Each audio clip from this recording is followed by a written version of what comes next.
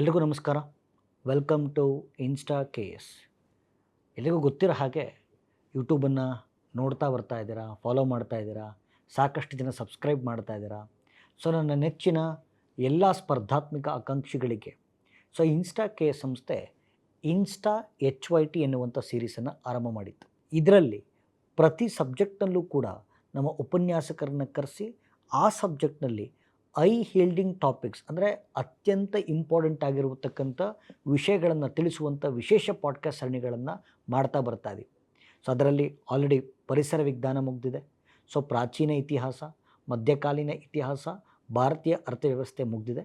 ಈಗ ಅದರ ಮುಂದುವರಿದ ಭಾಗವಾಗಿ ಇನ್ಸ್ಟಾ ಕೆ ಎಸ್ HYT ಸರಣಿಗಳಲ್ಲಿ ನಾವು ವಿಜ್ಞಾನ ಮತ್ತು ತಂತ್ರಜ್ಞಾನವನ್ನು ಆಯ್ಕೆ ಮಾಡ್ಕೊಂಡಿದ್ದೀವಿ. ಇದು ಭಾಳ ಇಂಟ್ರೆಸ್ಟಿಂಗ್ ಸಬ್ಜೆಕ್ಟ್. ಅಂದರೆ ಈ ವಿಜ್ಞಾನ ಮತ್ತು ತಂತ್ರಜ್ಞಾನದಲ್ಲಿ ನಾವು ಎರಡು ವಿಭಾಗ ಮಾಡ್ಕೊಳ್ತೀವಿ. ಒಂದು ಬೇಸಿಕ್ ಸೈನ್ಸು, ಫಿಸಿಕ್ಸು, ಕೆಮಿಸ್ಟ್ರಿ ಮತ್ತು ಬಯಾಲಜಿ, ಈ 3 ಸಬ್ಜೆಕ್ಟ್ಸ್ ಬರುತ್ತೆ. ಮತ್ತು ಸೈನ್ಸ್ ಆ್ಯಂಡ್ ಟೆಕ್ನಾಲಜಿ, ತಂತ್ರಜ್ಞಾನ ವಿಭಾಗದಲ್ಲಿ ಬರುತ್ತೆ. ಈ ಎರಡೂ ಸಬ್ಜೆಕ್ಟ್ಗಳನ್ನು ಅತ್ಯಂತ ಸರಳವಾಗಿ ಡಿಕೋಡ್ ಮಾಡಲಿಕ್ಕೆ ನಮ್ಮ ನೆಚ್ಚಿನ ಉಪನ್ಯಾಸಕರಾಗಿರುವ ಹಾಗೂ ನನ್ನ ನೆಚ್ಚಿನ ಸ್ನೇಹಿತರಾಗಿರ್ತಕ್ಕಂಥ ಶ್ರೀಕಾಂತ್ ತೇಜಸ್ ನಮ್ಮ ಜೊತೆಗಿದ್ದಾರೆ. ಅವ್ರಿಗೆ ಈ ಪಾಡ್ಕಾಸ್ಟ್ಗೆ ವೆಲ್ಕಮ್ ಮಾಡ್ತಾ ಈ ಸರಣಿಯನ್ನು ಆರಂಭ ಮಾಡ್ತಾ ಇದ್ದೀನಿ. ಸರ್ ನಮಸ್ತೆ, welcome to the podcast. Srikanth sir, ಇವಾಗ KS ಪರೀಕ್ಷೆ, ನಾವು ಪ್ರಿಲಿಮ್ಸ್ ಪರೀಕ್ಷೆ ತಗೊಂಡ್ರೆ ಪ್ರಿಲಿಮ್ಸ್ ಪರೀಕ್ಷೆಯಲ್ಲಿ ಎಷ್ಟು ಬರ್ಬೋದು, ಮೇನ್ಸ್ ಪರೀಕ್ಷೆಯಲ್ಲಿ ಎಷ್ಟು ಕ್ವಶನ್ಸು ಸೈನ್ಸ್ ಆ್ಯಂಡ್ ಟೆಕ್ನಾಲಜಿನ ನಾವು ಎಕ್ಸ್ಪೆಕ್ಟ್ ಮಾಡ್ಬೋದು? ಸರ್, ಇವಾಗ ಪ್ರಿಲಿಮ್ಸು ಮತ್ತು ಮೇನ್ಸು ಎರಡರ ವೈಟೇಜನ್ನು ನಾವು ನೋಡಿದಾಗ ಪ್ರಿಲಿಮ್ಸಲ್ಲಿ ಪೇಪರ್ 2 ಬರುತ್ತೆ ನಮ್ಮ ಸೈನ್ಸ್ ಆ್ಯಂಡ್ ಟೆಕ್ನಾಲಜಿ ಅನ್ನುವಂಥದ್ದು. ಅಂದರೆ ಸೈನ್ಸ್ ಆ್ಯಂಡ್ ಟೆಕ್ನಾಲಜಿ ಅಂದರೆ it includes general science also. General ಸೈನ್ಸೇ ಬೇರೆ ಆಗುತ್ತೆ ಮತ್ತು ಸೈನ್ಸ್ ಆ್ಯಂಡ್ ಟೆಕ್ಕೇ ಬೇರೆ ಆಗುತ್ತೆ. ಬಟ್ ಟುಗೆದರ್ ನಾವು ಸೈನ್ಸ್ ಆ್ಯಂಡ್ ಟೆಕ್ನಾಲಜಿ ಅಂತ ಹೇಳ್ತೀವಿ. ಇಲ್ಲಿ ಸೈನ್ಸ್ ಆ್ಯಂಡ್ ಟೆಕ್ನಾಲಜಿ ಮತ್ತು ಜನರಲ್ ಸೈನ್ಸಿಂದ ಸುಮಾರು ಪೇಪರ್ 2 ಅಲ್ಲಿ ಒಂದು 20 ಪ್ರಶ್ನೆಗಳವರೆಗೂ ಎಕ್ಸ್ಪೆಕ್ಟ್ ಮಾಡ್ಬೋದು. ಒಂದು 15ರಿಂದ 20, ಅಂದರೆ 30ರಿಂದ 40 ಅಂಕಗಳು. ಅಂದರೆ ಪ್ರತಿ ಒಂದು ಪ್ರಶ್ನೆಗೆ 2 ಮಾರ್ಕ್ಸ್ ಇರುತ್ತೆ. Up to 40 marks we can expect in paper 2. ಇದು ಪ್ರಿಲಿಮ್ಸ್ನಲ್ಲಿರುವಂಥ ಒಂದು ವೆಯ್ಟೇಜ್. ಮತ್ತು ಪ್ರಿಲಿಮ್ಸಲ್ಲಿ ಹೆಂಗಾಗುತ್ತೆ ಅಂತಂದರೆ ಆಲ್ಮೋಸ್ಟ್ ಟೆಕ್ನಾಲಜಿಯಿಂದ ಮ್ಯಾಕ್ಸಿಮಮ್ ನಂಬರ್ ಆಫ್ ಕ್ವಶನ್ಸನ್ನು we can expect. Technology purely applied version of general science ಅದು. ಅದೇ ಸರ್, ಒಂದು ಕ್ವಶನ್ ನನಗೆ ಸಾಮಾನ್ಯವಾಗಿ ಅಂದರೆ ಸ್ಟೂಡೆಂಟ್ಸ್ ಫೀಲ್ಡಲ್ಲಿ KS ಮತ್ತು ಗ್ರೂಪ್ C ಗ್ರೂಪ್ T ಪರೀಕ್ಷೆಗಳಿಗೆ ವ್ಯತ್ಯಾಸ ಏನಂದರೆ KS ಅಲ್ಲಿ ಟೆಕ್ನಾಲಜಿ ಮೇಲೆ ಜಾಸ್ತಿ ಬರುತ್ತೆ, ಮತ್ತು ಗ್ರೂಪ್ C ಮತ್ತು ಬೇರೆ ಎಕ್ಸಾಮ್ಸಲ್ಲಿ ಜನರಲ್ ಸೈನ್ಸ್ ಒಂಚೂರು ಜಾಸ್ತಿ ಇಂಪಾರ್ಟೆನ್ಸ್ ಇರುತ್ತೆ. ಬಟ್ ನಮ್ಮ ಹುಡುಗರು ಏನು ಮಾಡ್ತಾರೆ ಅಂತಂದರೆ ಟೆಕ್ನಾಲಜಿನೂ ಬರುತ್ತೆ, ಬಟ್ ಇದೇನೋ ಕರೆಂಟ್ ಅಫೇರ್ಸು ಇಲ್ಲ ಬೇರೆ ಏನೋ ಸಬ್ಜೆಕ್ಟ್ ಅಂತೇಳಿ ಅದನ್ನು ಕನ್ಫ್ಯೂಸ್ ಆಗಿ ಬಿಟ್ಬಿಡ್ತಾರೆ. ವೆಯ್ಟೇಜ್ ನಾವು ನೋಡಿದಾಗ ನೀವು ಹೇಳ್ದಂಗೆ ಟೆಕ್ನಾಲಜಿದು ಆಬ್ವಿಯಸ್ಲಿ KS ಅಲ್ಲಿ ಜಾಸ್ತಿ. ಅದನ್ನೇ ಹೇಳ್ತಾ ಇದ್ದೀನಿ ನಾನು. ಇವಾಗ ನೀವು ಪ್ರಿಲಿಮ್ಸಲ್ಲಿ ತಗೊಂಡಾಗ ಟೆಕ್ನಾಲಜಿಯಿಂದ maximum you can expect at least 10 questions, ಒಂದು 10 ಪ್ರಶ್ನೆಗಳು ನೀವು ಎಕ್ಸ್ಪೆಕ್ಟ್ ಮಾಡ್ಬೋದು. ಇನ್ನು 5 ಪ್ರಶ್ನೆಗಳಷ್ಟು ನೀವು ಜನರಲ್ ಸೈನ್ಸಿಂದ ಎಕ್ಸ್ಪೆಕ್ಟ್ ಮಾಡ್ಬೋದು. ಅದರಲ್ಲಿ ಜನರಲ್ ಸೈನ್ಸ್ ಅಂದರೆ ಬಯಾಲಜಿ, ಕೆಮಿಸ್ಟ್ರಿ ಮತ್ತು ಫಿಸಿಕ್ಸು. ಬಯಾಲಜಿಗೆ ಯಾವುದೇ ಎಕ್ಸಾಮಲ್ಲೂ ಕೂಡ ಹೈಯೆಸ್ಟ್ ವೆಯ್ಟೇಜ್ ಇರುತ್ತೆ. ಒಂದು 2ರಿಂದ 3 ಪ್ರಶ್ನೆಗಳವರೆಗೂ ಬಯಾಲಜಿಯಿಂದನೇ ಡೈರೆಕ್ಟ್ ಬರ್ಬೋದು. ಮತ್ತು ಫಿಸಿಕ್ಸಿಂದ 1-2, ಕೆಮಿಸ್ಟ್ರಿಯಿಂದ 1 or 2 ಬರ್ಬೋದು. ಈ ಥರ ಇದೆ ವೆಯ್ಟೇಜ್. ಇನ್ನು ಕಳೆದ ಎಕ್ಸಾಮಲ್ಲಿ ನಾವು ವೆಯ್ಟೇಜನ್ನು ಹೇಳೋಕ್ಕೆ ಆಗಲ್ಲ ಆ ಥರ ಮಾಡಿದ್ದಾರೆ. ಯಾಕಂದರೆ ಕೆಮಿಸ್ಟ್ರಿ ಸ್ವಲ್ಪ ಜಾಸ್ತಿ ಮಾಡಿ, ಬಯಾಲಜಿ ಸ್ವಲ್ಪ ಜಾಸ್ತಿ ಮಾಡಿ, ಫಿಸಿಕ್ಸ್ ಕಡಿಮೆ ಮಾಡಿ, ಟೆಕ್ನಾಲಜಿ ಜಾಸ್ತಿ ಮಾಡಿ ಮೊನ್ನೆ ಎಕ್ಸಾಮಲ್ಲಿ. ಹಂಗಾಗಿ ಪ್ರಿಲಿಮ್ಸದು ಇದು ವೆಯ್ಟೇಜು. ಇನ್ನು ನಮ್ಗೆ ಗೊತ್ತಿರೋಂಗೆ ಮೇನ್ಸಲ್ಲಿ GS ಪೇಪರ್ 3 ಬರುತ್ತೆ. ಎನ್ವೈರ್ನ್ಮೆಂಟ್ ಆ್ಯಂಡ್ ಎಕಾಲಜಿ ಮತ್ತು ನಮ್ಮ ಸೈನ್ಸ್ ಆ್ಯಂಡ್ ಟೆಕ್ನಾಲಜಿ ಎಲ್ಲ. ಮೇನ್ಸ್ ಅಂತ ಬಂದರೆ ಪ್ಯೂರ್ಲಿ ಟೆಕ್ನಾಲಜಿ ಅದು. ಟೆಕ್ನಾಲಜಿ ಬೇಸ್ಡ್ ಸೈನ್ಸ್ ಪ್ರಶ್ನೆಗಳು ಬರಲ್ಲ ಸರ್. ಜನರಲ್ ಸೈನ್ಸ್ ಬಂದರೂ 1-2 ಪ್ರಶ್ನೆಗಳು ಬರ್ಬೋದು. ಬಟ್ ನಾವೇನಾದರೂ ವೆಯ್ಟೇಜ್ ಬೇಸ್ಡ್ ಜಾಸ್ತಿ ಹೇಳ್ಬೇಕು ಅಂತಂದರೆ ಟೆಕ್ನಾಲಜಿಯಿಂದನೇ ಹೇಳ್ಬೋದು. ಯಾಕಂದರೆ ಜನರಲ್ ಸೈನ್ಸಿಂದ ರೀಸೆಂಟಾಗಿ ಬರಬಾರ್ದು ಅಂತೇನೂ ಇಲ್ಲ, ಬಂದಿದ್ದಾವೆ. ಫಾರ್ ಎಕ್ಸಾಂಪಲ್ ಈ ಮೆಟಲ್ಸ್ ಕೊರೋಷನ್ ಆಗುತ್ತಲ್ಲ, ಕೊರೋಷನ್ಸನ್ನು ಯಾವ ಕಾರಣಕ್ಕಾಗುತ್ತೆ ಮತ್ತು ಇದನ್ನು ಹೆಂಗೆ ತಡಿಬೇಕು ತುಕ್ಕಿಡಿಯೋದನ್ನು ಅಂತೇಳಿ ಇತ್ತೀಚೆಗೆ ಒಂದು 10 ಮಾರ್ಕ್ಸ್ ಕ್ವಶನ್ ಮೊನ್ನೆ ಮೈನ್ಸಲ್ಲಿ ಬಂದಿತ್ತು. ಹಂಗಾಗಿ ಈ ಥರ ಪ್ರಶ್ನೆಗಳು ಬರ್ಬೋದು, 1-2 ಅಷ್ಟೇ. ಬಟ್ ಎಲ್ಲ ಟೆಕ್ನಾಲಜಿಯಿಂದನೂ ಬರುತ್ತೆ. ಮೇನ್ಸಲ್ಲೂ ಅಷ್ಟೇ ಒಂದು 250 ಮಾರ್ಕ್ಸ್ಗೆ ಇರುತ್ತೆ ಪೇಪರ್ GS 3. ಅದರಲ್ಲಿ ಅರೌಂಡ್ ನಮಗೊಂದು 10 ಪ್ರಶ್ನೆಗಳವರೆಗೂ ಬರ್ಬೋದು ಟೆಕ್ನಾಲಜಿಯಿಂದ. ಮಿಕ್ಸ್ಡ್ ಬರುತ್ತೆ, ಅಂದರೆ 10 ಮಾರ್ಕ್ಸ್ದು 15 ಮಾರ್ಕ್ಸ್ದು 2 ಮಿಕ್ಸ್ ಬರ್ತವೆ. ಸೈನ್ಸ್ ಆ್ಯಂಡ್ ಟೆಕ್ನಾಲಜಿ ನೆಗ್ಲೆಕ್ಟ್ ಮಾಡೋ ಸಬ್ಜೆಕ್ಟೇ ಅಲ್ಲ ಸರ್. ಇವಾಗ ಗ್ರೂಪ್ C ಗ್ರೂಪ್ T ಪರೀಕ್ಷೆಗಳು, ಈಗ PSI, PC, STA, FDA, PDO ಎಕ್ಸಾಮ್ಸ್ಗಳಿಗೆ ನೀವು ಹೇಳಿದಾಗೆ ಜನರಲ್ ಸೈನ್ಸ್ ಕ್ವಶನ್ಸ್ ಹೆಚ್ಚು ಬರುತ್ತೆ, ಟೆಕ್ನಾಲಜಿ ಕಮ್ಮಿ ಬರುತ್ತೆ. ಎಷ್ಟು ಕ್ವಶನ್ಸ್ ಬರುತ್ತೆ ಸರ್? ಇವಾಗ ಎಷ್ಟು ಅಂದರೆ ಎಕ್ಸಾಕ್ಟ್ ನಂಬರ್ ಹೇಳೋಕ್ಕಾಗಲ್ಲ. ಯಾಕೆಂತಂದರೆ ನೀವು ಟ್ರೆಂಡನ್ನು ಅನಾಲಿಸಿಸ್ ಮಾಡಿದರೆ ಸುಮಾರು 20 ವರ್ಷಗಳಿಂದ ನಾವು ಏನು ಟ್ರೆಂಡನ್ನು ಅನಾಲಿಸಿಸ್ ಮಾಡಿದಾಗ ಪ್ರತಿಯೊಂದು ಪ್ರಶ್ನೆ ಪತ್ರಿಕೆಯಲ್ಲೂ ಕೂಡ ಸೈನ್ಸ್ ಅಂಡ್ ಟೆಕ್ನಾಲಜಿ ಎರಡನ್ನೂ ಸೇರಿಸಿದಾಗ ಸುಮಾರು 20 ಪ್ರಶ್ನೆಗಳಂತೂ ಪ್ರತಿ ಪೇಪರಲ್ಲಿ ಇದಾವೆ. ಪ್ರತಿಯೊಂದು ಎಕ್ಸಾಮ್ ಪೇಪರಲ್ಲೂ ಕೂಡ 20 ಪ್ರಶ್ನೆಗಳು ಮಿನಿಮಮ್ ಇದಾವೆ. ಸೊ ಹಿಂಗೆ ನೋಡೋದಾದ್ರೆ ಪೊಲೀಸ್ ಎಕ್ಸಾಮ್ಸಲ್ಲಿ PSI ಎಕ್ಸಾಮಲ್ಲಿ ಸುಮಾರು 30ವರೆಗೂ ಹೋಗಿದೆ. RSI ಎಕ್ಸಾಮಲ್ಲಿ ಒಂದು ಸಲ 42 ಕ್ವಶನ್ಸ್ ಬಂದಿದೆ ಬರೀ ಜನರಲ್ ಸೈನ್ಸ್ ಮತ್ತು ಟೆಕ್ನಾಲಜಿಯಿಂದ. ಸೊ ಹಂಗಾಗಿ ಸೈನ್ಸ್ಗೆ ತುಂಬ ವೆಯ್ಟೇಜ್ ಇದೆ. ಆವರೇಜ್ ಮಾಡೋದಾದ್ರೆ ಕನಿಷ್ಠ 20 ಸರ್. 20ರಲ್ಲಿ ಬಯಾಲಜಿಗೆ ತುಂಬ ಜಾಸ್ತಿ ವೆಯ್ಟೇಜ್ ಕೊಡಬೇಕು. ಸುಮಾರು 10 ಪ್ರಶ್ನೆಗಳು 10ರಿಂದ 12 ಪ್ರಶ್ನೆಗಳು 20ರಲ್ಲಿ ಬಯಾಲಜಿಯಿಂದನೇ ಬರುತ್ತೆ. ಅಷ್ಟು ವೆಯ್ಟೇಜ್ ಇದೆ ಬಯಾಲಜಿಗೆ. ಆಮೇಲೆ ಬಯಾಲಜಿ ಬಿಟ್ಟರೆ ಜನರಲ್ ಸೈನ್ಸಲ್ಲಿ ಸೊ ಅಷ್ಟೇನು ವೆಯ್ಟೇಜ್ ಇಲ್ಲ, ಬಟ್ ಟೆಕ್ನಾಲಜಿ ವೆಯ್ಟೇಜ್ ಇದೆ. ಬಯಾಲಜಿ ಬಿಟ್ಟರೆ ಟೆಕ್ನಾಲಜಿ. ಯಾಕಂದರೆ ಇವತ್ತು ಪ್ರತಿಯೊಂದು ಪ್ರಪಂಚದಲ್ಲಿ ಏನೇನು ನಡೀತಾ ಇದೆ ಎಲ್ಲವನ್ನೂ ಕೂಡ ಟೆಕ್ನಾಲಜಿ ಲಿಂಕ್ ಮಾಡದಂತೆ. ಸೊ ಕರೆಂಟ್ ಅಫೇರ್ಸಿಂದನೇ ಡೈರೆಕ್ಟಾಗಿ ಪ್ರಶ್ನೆಗಳು ಬರ್ತಾ ಇರೋದು ಟೆಕ್ನಾಲಜಿಯಿಂದ. ಸೊ ಹಂಗಾಗಿ ನಮ್ಮ ಗ್ರೂಪ್ ಸಿ ಗ್ರೂಪ್ ಡಿ ಹುಡುಗರು ನೆಗ್ಲೆಕ್ಟ್ ಮಾಡೋದೇ ಟೆಕ್ನಾಲಜಿ. ಅವ್ರಿಗೆ ಗೊತ್ತೇ ಇಲ್ಲ ಹಂಗಂದ್ರೆ ಏನು ಅಂತೇಳಿ. So they all know general science but they don't know technology. ಮತ್ತೆ ಇದು ಸ್ವಲ್ಪ ವೆಯ್ಟೇಜ್ ಇದೆ, ಅಂದ್ರೆ ಒಂದು 4 ಪ್ರಶ್ನೆಗಳವರೆಗೂ ಬರ್ಬೋದು ಟೆಕ್ನಾಲಜಿಯಲ್ಲಿ. ಆಮೇಲೆ ಕೆಮಿಸ್ಟ್ರಿ, ಆಮೇಲೆ ಫಿಸಿಕ್ಸು. ಸೊ ಇಲ್ಲಿ ಫಿಸಿಕ್ಸ್ ಆದಮೇಲೆ ಕೆಮಿಸ್ಟ್ರಿ ವೆಯ್ಟೇಜ್. ಕೆಮಿಸ್ಟ್ರಿಯಲ್ಲಿ ಕೆಲವೊಂದು ಎಕ್ಸಾಮಲ್ಲಿ 2 ಪ್ರಶ್ನೆನೂ ಬಂದಿದೆ, ಕೆಲವೊಂದರಲ್ಲಿ 1 ಬಂದಿದೆ, ಕೆಲವೊಂದರಲ್ಲಿ 4-5 ಬಂದಿದ್ದಾವೆ. ಸೊ ಹಂಗಾಗಿ ಆವರೇಜ್ ಜಾಸ್ತಿ ನೋಡಿದಾಗ ಕೆಮಿಸ್ಟ್ರಿಯಲ್ಲಿ 1 or 2 ಹಿಂಗೆ ಬಂದಿದೆ. ಅದು ಅಪ್ಲೈಡ್ ಕೆಮಿಸ್ಟ್ರಿಯಿಂದ, ಅಂದ್ರೆ chemistry in every day life ಅಂತ ಏನಿದೆ ಅದರಿಂದ ಬಂದಿದೆ ಪ್ರಶ್ನೆಗಳು. ಬೇಸಿಕ್ ಕೆಮಿಸ್ಟ್ರಿಯಿಂದ ತೀರಾ ಕಡಿಮೆ. ಸೊ ಹಂಗಾಗಿ ಫಿಸಿಕ್ಸ್ ಆದಮೇಲೆ ಕೆಮಿಸ್ಟ್ರಿದು weightage. Top biology, second physics, third chemistry. In between ಬಯಾಲಜಿಗೆ ವೈಟೇಜ್ ಜಾಸ್ತಿ ಇದೆ, ಮತ್ತು ಟೆಕ್ನಾಲಜಿಗೂ ತನ್ನದೇ ಆದಂಥ ವೈಟೇಜ್ ಇದೆ. ಓಕೆ. ಈಗ ಸರ್ ಸಾಮಾನ್ಯವಾಗಿ ವಿಜ್ಞಾನ ತಂತ್ರಜ್ಞಾನ ಅಂದ ತಕ್ಷಣ ನಾವು ಬುಕ್ಸ್ ಓದಬೇಕು, ಕ್ಲಾಸ್ ಬುಕ್ಸ್ ಓದಬೇಕು. ಸೊ ಯಾವ ಸ್ಟ್ಯಾಂಡರ್ಡಿಂದ ಯಾವ ಸ್ಟ್ಯಾಂಡರ್ಡ್ ಓದಬೇಕು ಸರ್? ಇವಾಗ ತುಂಬ ಜನ ಮಾರ್ಕೆಟಲ್ಲಿ ತುಂಬ ಕಡೆ ಆ ಒಂದು ಯೂಟ್ಯೂಬ್ ಚಾನಲ್, ಈ ಒಂದು ಯೂಟ್ಯೂಬ್ ಚಾನಲ್ ಅಂತ ಬಂದು ಸಾವಿರಾರು ಬುಕ್ಸ್ ತುಂಬಿಸ್ಬಿಟ್ಟಿದ್ದಾರೆ ಮಾರ್ಕೆಟಲ್ಲಿ. ನಮ್ಮ ಹುಡುಗರು ಏನಾಗಿದ್ದಾರೆ, ಕನ್ಫ್ಯೂಸ್ ಆಗ್ಬಿಟ್ಟಿದ್ದಾರೆ. ಏನು ಓದಬೇಕು, ಯಾವ ಬುಕ್ ಓದಬೇಕು, ಯಾವ ಬುಕ್ ಓದಿದ್ರೆ ಸರಿ ಹೋಗುತ್ತೆ, ಯಾವ ನೋಟ್ಸು. ಸೊ ಹಿಂಗೆ ಬರೀ ಗೊಂದಲಗಳಲ್ಲೇ ಇದ್ದಾರೆ. ಇದೆಲ್ಲ ಗೊಂದಲಗಳಿಗೂ ಒಂದು ಫುಲ್ ಸ್ಟಾಪ್ ಕೊಡಬೇಕು ಅಂತಂದರೆ 6ರಿಂದ 10ನೇ ತರಗತಿವರೆಗೂ ಏನು ಜನರಲ್ ಸೈನ್ಸ್ ಬುಕ್ಸ್ ಇದೆ, ಫಿಸಿಕ್ಸು, ಕೆಮಿಸ್ಟ್ರಿ, ಬಯಾಲಜಿ, ಅದನ್ನು ಕ್ಲಿಯರಾಗಿ ಓದ್ಕೊಂಡು, ಯಾಕಂದರೆ most of the applied chemistry, applied biology, applied physics ಅಲ್ಲೇ ಕವರ್ ಆಗಿಬಿಡುತ್ತೆಲ್ಲ. ಸೊ ಅದನ್ನ ಓದ್ಕೊಂಡು ಬೇಸಿಕ್ಸ್ ಎಲ್ಲ ಅಲ್ಲೇ ಕವರ್ ಆಗುತ್ತೆ. ನೀಟಾಗಿ ನಮ್ಮ ಕ್ಲಾಸ್ ನೋಟ್ಸನ್ನು ಮತ್ತು ನಮ್ಮ ಇನ್ಸ್ಟಾ KS ಮಟೀರಿಯಲ್ ಏನಿದೆ ಸರ್, ಇಷ್ಟು ಓದ್ಕೊಂಡ್ರೆ ಎಲ್ಲ ಜೆರಾಕ್ಸ್ ಬುಕ್ಸಲ್ಲೂ ಸಿಗುತ್ತೆ ಸರ್ ಅದು. ಸೊ ಇಷ್ಟು ಓದ್ಕೊಂಡ್ರೆ ಬೇರೆ ಯಾವ ಬುಕ್ ಓದೋ ಅವಶ್ಯಕತೆನೂ ಇಲ್ಲ ಸರ್. ಮತ್ತು ಎಲ್ಲ ವಿದ್ಯಾರ್ಥಿಗಳಿಗೂ ಹೇಳ್ತೀನಿ, ನನ್ನ ನೋಟ್ ಸಿಗಲಿಲ್ಲ ಅಂದರೂ ಪರವಾಗಿಲ್ಲ. ಸೊ ಒಂದೇ ಕ್ಲಿಯರ್ ಆಗಿ DSCRT ಬುಕ್ಸ್ ಓದ್ಕೊಳ್ಳಿ. ಈಗ DSCRT DSCRT ಯಾಕಂದ್ರೆ ನಮ್ಮ ರಾಜ್ಯ ಬುಕ್ಸ್ ಏನಿದೆ ಇದನ್ನೇ NCERT ಲೆವೆಲ್ಗೆ ಅಪ್ಡೇಟ್ ಮಾಡಿಬಿಟ್ಟಿದ್ದಾರೆ. ಸೊ DSCRTನೇ ಸಾಕು. 6, 7, 8, 9, 10. ಸೊ ಇದನ್ನ ಓದ್ಕೊಂಡು ಇದ್ರ ಜೊತೆಯಲ್ಲಿ PYQs, MCQs ಮಾಡ್ಕೊಂಡು ನಮ್ಮ ಕ್ಲಾಸ್ ಕೇಳಿದ್ರೆ that is more than enough. ನಂದೇ ಅಂತಲ್ಲ, ಯಾರು ಕ್ಲಾಸ್ ಕೇಳಿದ್ರು ಸಾಕು. ಬಟ್ ವೆರಿ ಇಂಪಾರ್ಟೆಂಟ್ಲಿ ಬರೋ ಬುಕ್ ಎಲ್ಲ ಹಿಡ್ಕೊಂಡು ಓದೋ ಅವಶ್ಯಕತೆ ಇಲ್ಲ ಸರ್. PYQs, MCQs ಅದನ್ನು ನೋಡಿಕೊಂಡ್ರೆ ಸಾಕು. ಓಕೆ ಸರ್, ಇವಾಗ ಸಾಮಾನ್ಯವಾಗಿ ಈ ಪಾಡ್ಕ್ಯಾಸ್ಟ್ನ ಮುಖ್ಯ ಉದ್ದೇಶಕ್ಕೆ ಬಂದ್ಬಿಡ್ತೀನಿ ಸರ್. ಸೊ ಯಾವಾಗಲೂ ನಮ್ಮಲ್ಲಿ ಒಂದು 80-20 ರೂಲ್ ಫಾಲೋ ಮಾಡ್ತೀವಿ. ನೀವು ಯಾವುದೇ ಪರೀಕ್ಷೆ ತಗೊಂಡ್ರೆ 80-20 ರೂಲ್, ಅಂದರೆ 80% of the questions will come from 20% of the topics. ಇನ್ನು ಮಿಕ್ಕಿದ್ದು 20% of the questions will come 80% of the topics ಅಂತ.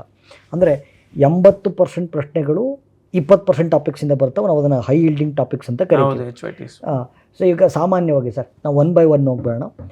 ಮುಖ್ಯವಾಗಿ ನಾನು ಫಸ್ಟು ಟೆಕ್ನಾಲಜಿನ ಶುರು ಮಾಡ್ತೀನಿ, ಬಿಕಾಸ್ ಟೆಕ್ನಾಲಜಿ ಭಾಳ ಜನಕ್ಕೆ ಗೊತ್ತೇ ಇಲ್ಲ ಅಂತ ನೀವು ಹೇಳಿದ್ರೆ. ಸೊ ಟೆಕ್ನಾಲಜಿನಲ್ಲಿ ಹೈ ಈಲ್ಡಿಂಗ್ ಟಾಪಿಕ್ಸ್ ಅಥವಾ ಏರಿಯಾಸು ಯಾವುದು ಮಸ್ಟ್ ಆ್ಯಂಡ್ ಶುಡ್ ಓದ್ಕೊಳ್ಳೇಬೇಕು? ಹೌದು ಸರ್, ಒಳ್ಳೆ ಕ್ವಶನ್ನು.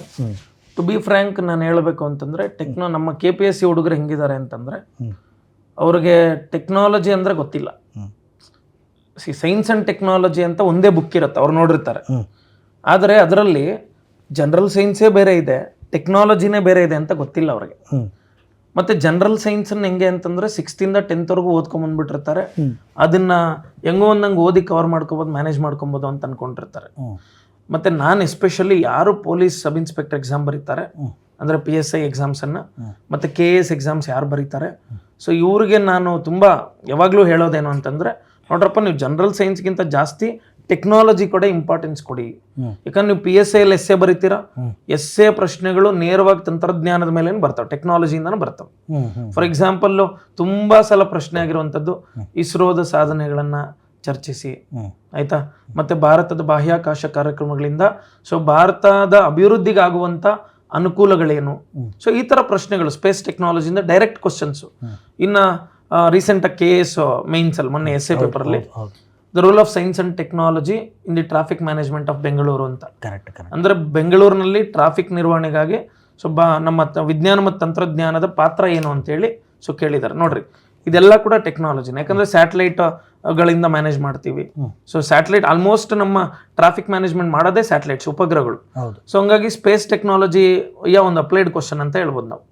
ಸೊ ಇಲ್ಲಿ ವಿದ್ಯಾರ್ಥಿಗಳು ಎಲ್ಲಿ ಎಡುತ್ತಾ ಇದ್ದಾರೆ ಎಕ್ಸಾಮ್ ಅನ್ನ, ನಮ್ಮಲ್ಲಿ ಮೊದಲೇ ಅನ್ಸರ್ಟನಿಟೀಸು, ನೋಟಿಫಿಕೇಶನ್ಸ್ ಆಗಲ್ಲ. ಸೊ ಆದಾಗ ಯಾಕೆ ಇವ್ರು ಸದುಪಯೋಗ ಪಡಿಸ್ಕೊಂಡು ಆ ಎಕ್ಸಾಮ್ ಕ್ಲಿಯರ್ ಮಾಡೋದಕ್ಕೆ ತುಂಬಾ ಹಿಂದೆ ಉಳ್ಕೊಳ್ತಾ ಇದ್ದಾರೆ ಅಂತಂದ್ರೆ they are not giving importance to technology. So they are not decoding technology. So hanga technology is the most important emerging subject ಅಂತ ಹೇಳ್ಬೋದು ಕಾಂಪಿಟೇಟಿವ್ ಈ ಒಂದು ಫೀಲ್ಡ್ ಅಲ್ಲಿ. ಸೊ ಹಂಗಾಗಿ ಟೆಕ್ನಾಲಜಿ ಬಗ್ಗೆ ಇನ್ನೊಂದು ಮಾತು ಹೇಳ್ಬಿಡ್ತೀನಿ ಸರ್ ನಾನು. ಸ್ವಲ್ಪ ಲೋಕಲ್ ಅನ್ಸಿದ್ರು, ಟೆಕ್ನಾಲಜಿ ಅಂದ್ರೆ ಇದು ಉಪೇಂದ್ರ ಮೂವಿ ಇದ್ದಂಗೆ, ಸಾಮಾನ್ಯವಾಗಿ ಓದ್ರೆ ಅರ್ಥ ಆಗಲ್ಲ. ಒಬ್ಬ ನಾನ್ ಸೈನ್ಸ್ ಸ್ಟೂಡೆಂಟ್ ಯಾವನಿದಾನಲ್ಲ, ಸೊ ಅವ್ನಿಗೆ ಓದ್ರೂ ಅರ್ಥ ಆಗದೆ ಇರುವಂತ ಸಬ್ಜೆಕ್ಟು, ಬೋರ್ ಆಗುವಂತ ಸಬ್ಜೆಕ್ಟ್ ಇದು. ಮತ್ತೆ ಏನಪ್ಪ ಇದು ಹಿಂಗಿದೆ ಅಂತ ಅನ್ಸುತ್ತೆ ಅವ್ರಿಗೆ. ಮತ್ತೆ ಸೈನ್ಸ್ ಸ್ಟೂಡೆಂಟ್ಸು ಅಷ್ಟೇ, ನಮ್ ಟೆಕ್ನಾಲಜಿ ಅಂದ್ರೆ ಸೈನ್ಸ್ ಮೇಲಲ್ವಾ ನಮ್ಗೆಲ್ಲ ಓದ್ಕೊಬೋದು ಅನ್ನೋ ಭಾವನೆ ಇರುತ್ತೆ, ಬಟ್ ಆದ್ರೆ ಅರ್ಥ ಆಗಲ್ಲ ಅವ್ರಿಗೂ. ಯಾಕಂದ್ರೆ ಅವ್ರು ಓದಿರೋ ಸೈನ್ಸೇ ಬೇರೆ, ಇಲ್ಲಿ ಓದೋ ಟೆಕ್ನಾಲಜಿನೇ ಬೇರೆ. ಹಂಗಾಗಿ technology is all linked with current affairs. So current affairs ನಿಮ್ಗೆ ಅರ್ಥ ಆಗ್ಬೇಕು ಅಂದ್ರೆ ಟೆಕ್ನಾಲಜಿ ಗೊತ್ತಿರಬೇಕು. ಟೆಕ್ನಾಲಜಿ ಅರ್ಥ ಆಗಿದ್ರೆ ನೀವು ಎನ್ವೈರನ್ಮೆಂಟ್ ಅನ್ನು ಕೂಡ ಸರಿಯಾಗಿ ಆನ್ಸರ್ ಮಾಡೋಕ್ಕಾಗತ್ತೆ. ನೀವು ಪೊಲ್ಯೂಷನ್ ಕಂಟ್ರೋಲು, ಸೊ ಒಳ್ಳೆ ತುಂಬಾ ಚಾಪ್ಟರ್ಸ್ ಅನ್ನು ಮಾಡ್ತಾ ಇರ್ತೀರ. ಸೊ ಎನ್ವೈರನ್ಮೆಂಟ್ ಕನ್ಸರ್ವೇಷನ್ನು, ಬಯೋಡೈವರ್ಸಿಟಿ ಕನ್ಸರ್ವೇಷನ್ನು, ಸೊ ಪ್ರತಿಯೊಂದಕ್ಕೂ ನಮ್ಮ ಟೆಕ್ನಾಲಜಿಯನ್ನೇ ಯೂಸ್ ಮಾಡೋದು. ನಿಮ್ಗೆ ಗೊತ್ತಿದೆ, ಎಲಿಫೆಂಟ್ ಸೆನ್ಸಸ್ ಇಂದ ಹಿಡಿದು ಟೈಗರ್ ಸೆನ್ಸಸ್ ಇಂದ ಹಿಡಿದು ಎಲ್ಲದರಲ್ಲೂ ಈ ನಡುವೆ ಸ್ಯಾಟಲೈಟ್ಸ್ ಅನ್ನು ಯೂಸ್ ಮಾಡ್ತೀವಿ. ಸೊ ಹಂಗಾಗಿ ಎಲ್ಲಾ ಕಡೆ ಟೆಕ್ನಾಲಜಿ ತುಂಬಾ ಮಹತ್ವವಾದಂತ ಒಂದು ಪಾತ್ರವನ್ನು ಪೋಷಣೆ ಮಾಡ್ತಾ ಇದೆ. ಮತ್ತು ಇವತ್ತಿನ ನಿಮ್ಗೆ ಗೊತ್ತಿದೆ ಸರ್, ಭವಿಷ್ಯದ ಯುವ ಪೀಳಿಗೆ ಆಗಿರ್ಬೋದು, ಇವತ್ತಿನ ಪೀಳಿಗೆ ಆಗಿರ್ಬೋದು, ಎಲ್ಲರೂ ಕೂಡ ತಂತ್ರಜ್ಞಾನಕ್ಕೆ ಯಾವ ಲೆವೆಲ್ಗೆ ಅಡಿಕ್ಟ್ ಆಗಿದ್ದಾರೆ ಅಂತಂದ್ರೆ, ಒಂದು ದಿನ ಸೋಷಿಯಲ್ ಮೀಡಿಯಾ ಇಲ್ಲ ಅಂದ್ರೆ ಅವ್ರು ಇರೋಕ್ಕಾಗಲ್ಲ ಅನ್ನೋ ಲೆವೆಲ್ಗೆ ಹೋಗಿದ್ದಾರೆ. ಒಂದು ದಿನ ಇಂಟರ್ನೆಟ್ ಅನ್ನ ಬಿಟ್ಟಿರೋಕ್ಕಾಗಲ್ಲ, ಒಂದು ದಿನ ಆರ್ಟಿಫಿಷಿಯಲ್ ಇಂಟೆಲಿಜೆನ್ಸು, ಸೊ ಇವುಗಳ ಸಹಾಯ ಇಲ್ಲದೆ ಇರೋಕ್ಕಾಗಲ್ಲ ಸರ್. ಹಂಗಾಗಿ ಟೆಕ್ನಾಲಜಿನೇ ಭವಿಷ್ಯ, ಟೆಕ್ನಾಲಜಿನೇ ಜೀವನ. ಬೇರೆ ಯಾವ ಸಬ್ಜೆಕ್ಟ್ಗೂ ಹೋಲಿಕೆ ಮಾಡಿದಾಗ ಇದಕ್ಕೆ ಜಾಸ್ತಿ ಒತ್ತು ಕೊಟ್ಟು ಓದಬೇಕು ಅನ್ನುವಂಥದ್ದು ನನ್ನ ಒಂದು ಉದ್ದೇಶ. ಅಂದ್ರೆ ಈ ಒಂದು ಕಂಪ್ಲೀಟ್ ಇದನ್ನ ಅನಲೈಸ್ ಮಾಡಿದಾಗ ಯಾವ ಟೆಕ್ನಾಲಜಿ ಯಾವ ಟಾಪಿಕ್ಸ್ ಮೇಲೆ ಹೆಚ್ಚು ಕ್ವಶನ್ಸ್ ಆಗುತ್ತೆ ಸರ್? ಇವಾಗ ನೋಡಿ ಸರ್, ಟೆಕ್ನಾಲಜಿ ಅಂತ ಬಂದರೆ ನಮ್ಮ KS ಸಿಲೆಬಸ್ ಏನಿದೆ ಅದರಲ್ಲಿ ನೀಟಾಗಿ ಸಿಲೆಬಸ್ ಅನ್ನು ಅವ್ರು ಮೆನ್ಷನ್ ಮಾಡಿಲ್ಲ. ಅಂದರೆ ಸ್ವಲ್ಪ ಮಿಕ್ಸ್ಚರ್ ಥರ ತುಂಬಿಟ್ಟಿದ್ದಾರೆ ಅಲ್ಲಿ ಇಲ್ಲಿ ಇಲ್ಲಿ. ಸೊ ಈ ಟೆಕ್ನಾಲಜಿಯಲ್ಲಿ ತುಂಬ ಇಂಪಾರ್ಟೆಂಟ್ ಆಗಿ ಹೇಳ್ತೀನಿ ನೋಡಿ ಸರ್. ಒಂದು ಸ್ಪೇಸ್ ಟೆಕ್ನಾಲಜಿ. ಸ್ಪೇಸ್ ಟೆಕ್ನಾಲಜಿ ಅಂದರೆ ಬಾಹ್ಯಾಕಾಶ ತಂತ್ರಜ್ಞಾನ. ಸೊ ಇದರಲ್ಲಿ ಕಂಪ್ಲೀಟು ಭಾರತದಲ್ಲಿ ಯಾವ ರೀತಿ ಬಾಹ್ಯಾಕಾಶ ಕಾರ್ಯಕ್ರಮಗಳು ಪ್ರಾರಂಭ ಆದವು, ಇದ್ರ ಇತಿಹಾಸ ಏನು, ಜಾಗತಿಕ ಬಾಹ್ಯಾಕಾಶ ಕಾರ್ಯಕ್ರಮಗಳ ಇತಿಹಾಸ ಏನು, ಗ್ಲೋಬಲ್ ಸ್ಪೇಸ್ ಪ್ರೋಗ್ರಾಮ್ಸ್ದು ಹಿಸ್ಟ್ರಿ, ಮತ್ತು ನಮ್ಮ ಇಸ್ರೋದ ಅಚೀವ್ಮೆಂಟ್ಸ್ ಏನಿದೆ, ಸೊ 1 by 1 ಅಚೀವ್ಮೆಂಟ್ಸು, ಮತ್ತು ಏನೇನಲ್ಲಿ ನಮ್ಮ ಇಸ್ರೋದ ಒಂದು ಮಿಷನ್ಸು ಏನೇನಲ್ಲಿ ಎಕ್ಸ್ಪ್ಲೋರ್ ಮಾಡಿದ್ವು, ಮತ್ತು ಯಾಕೆ ಸ್ಪೇಸ್ ಪ್ರೋಗ್ರಾಮ್ಸನ್ನು ಕಂಡಕ್ಟ್ ಮಾಡಬೇಕಾಗಿದೆ, ಸೊ ಇವೆಲ್ಲವನ್ನು ಕೂಡ ನಾವು ಓದ್ಕೋಬೇಕಾಗತ್ತೆ. ಕರೆಕ್ಟ್. ಓಕೆ, ಸ್ಪೇಸ್ ಟೆಕ್ನಾಲಜಿ ತುಂಬ ಇಂಪಾರ್ಟೆಂಟ್ ಸರ್. ಯಾಕಂದರೆ ಸ್ಯಾಟಲೈಟ್ ಟೆಕ್ನಾಲಜಿ ಇಲ್ಲಾಂದರೆ ಇವತ್ತೊಂದು ದೇಶದ ಅಭಿವೃದ್ಧಿ, ಒಂದು ಕಂಟ್ರಿ ಡೆವಲಪ್ಮೆಂಟ್ ಅನ್ನುವಂಥದ್ದು ಇಟ್ಸ್ ಅನ್ಇಮ್ಯಾಜಿನಬಲ್. ಮತ್ತು ಒಂದು ಕಂಟ್ರಿ ಸೆಕ್ಯೂರಿಟಿ, ಭದ್ರತೆ ಅನ್ನೋದು ಇವತ್ತು ನಡೀತಾ ಇರುವಂಥದ್ದೇ ಸ್ಪೇಸ್ ಟೆಕ್ನಾಲಜಿಯಿಂದ.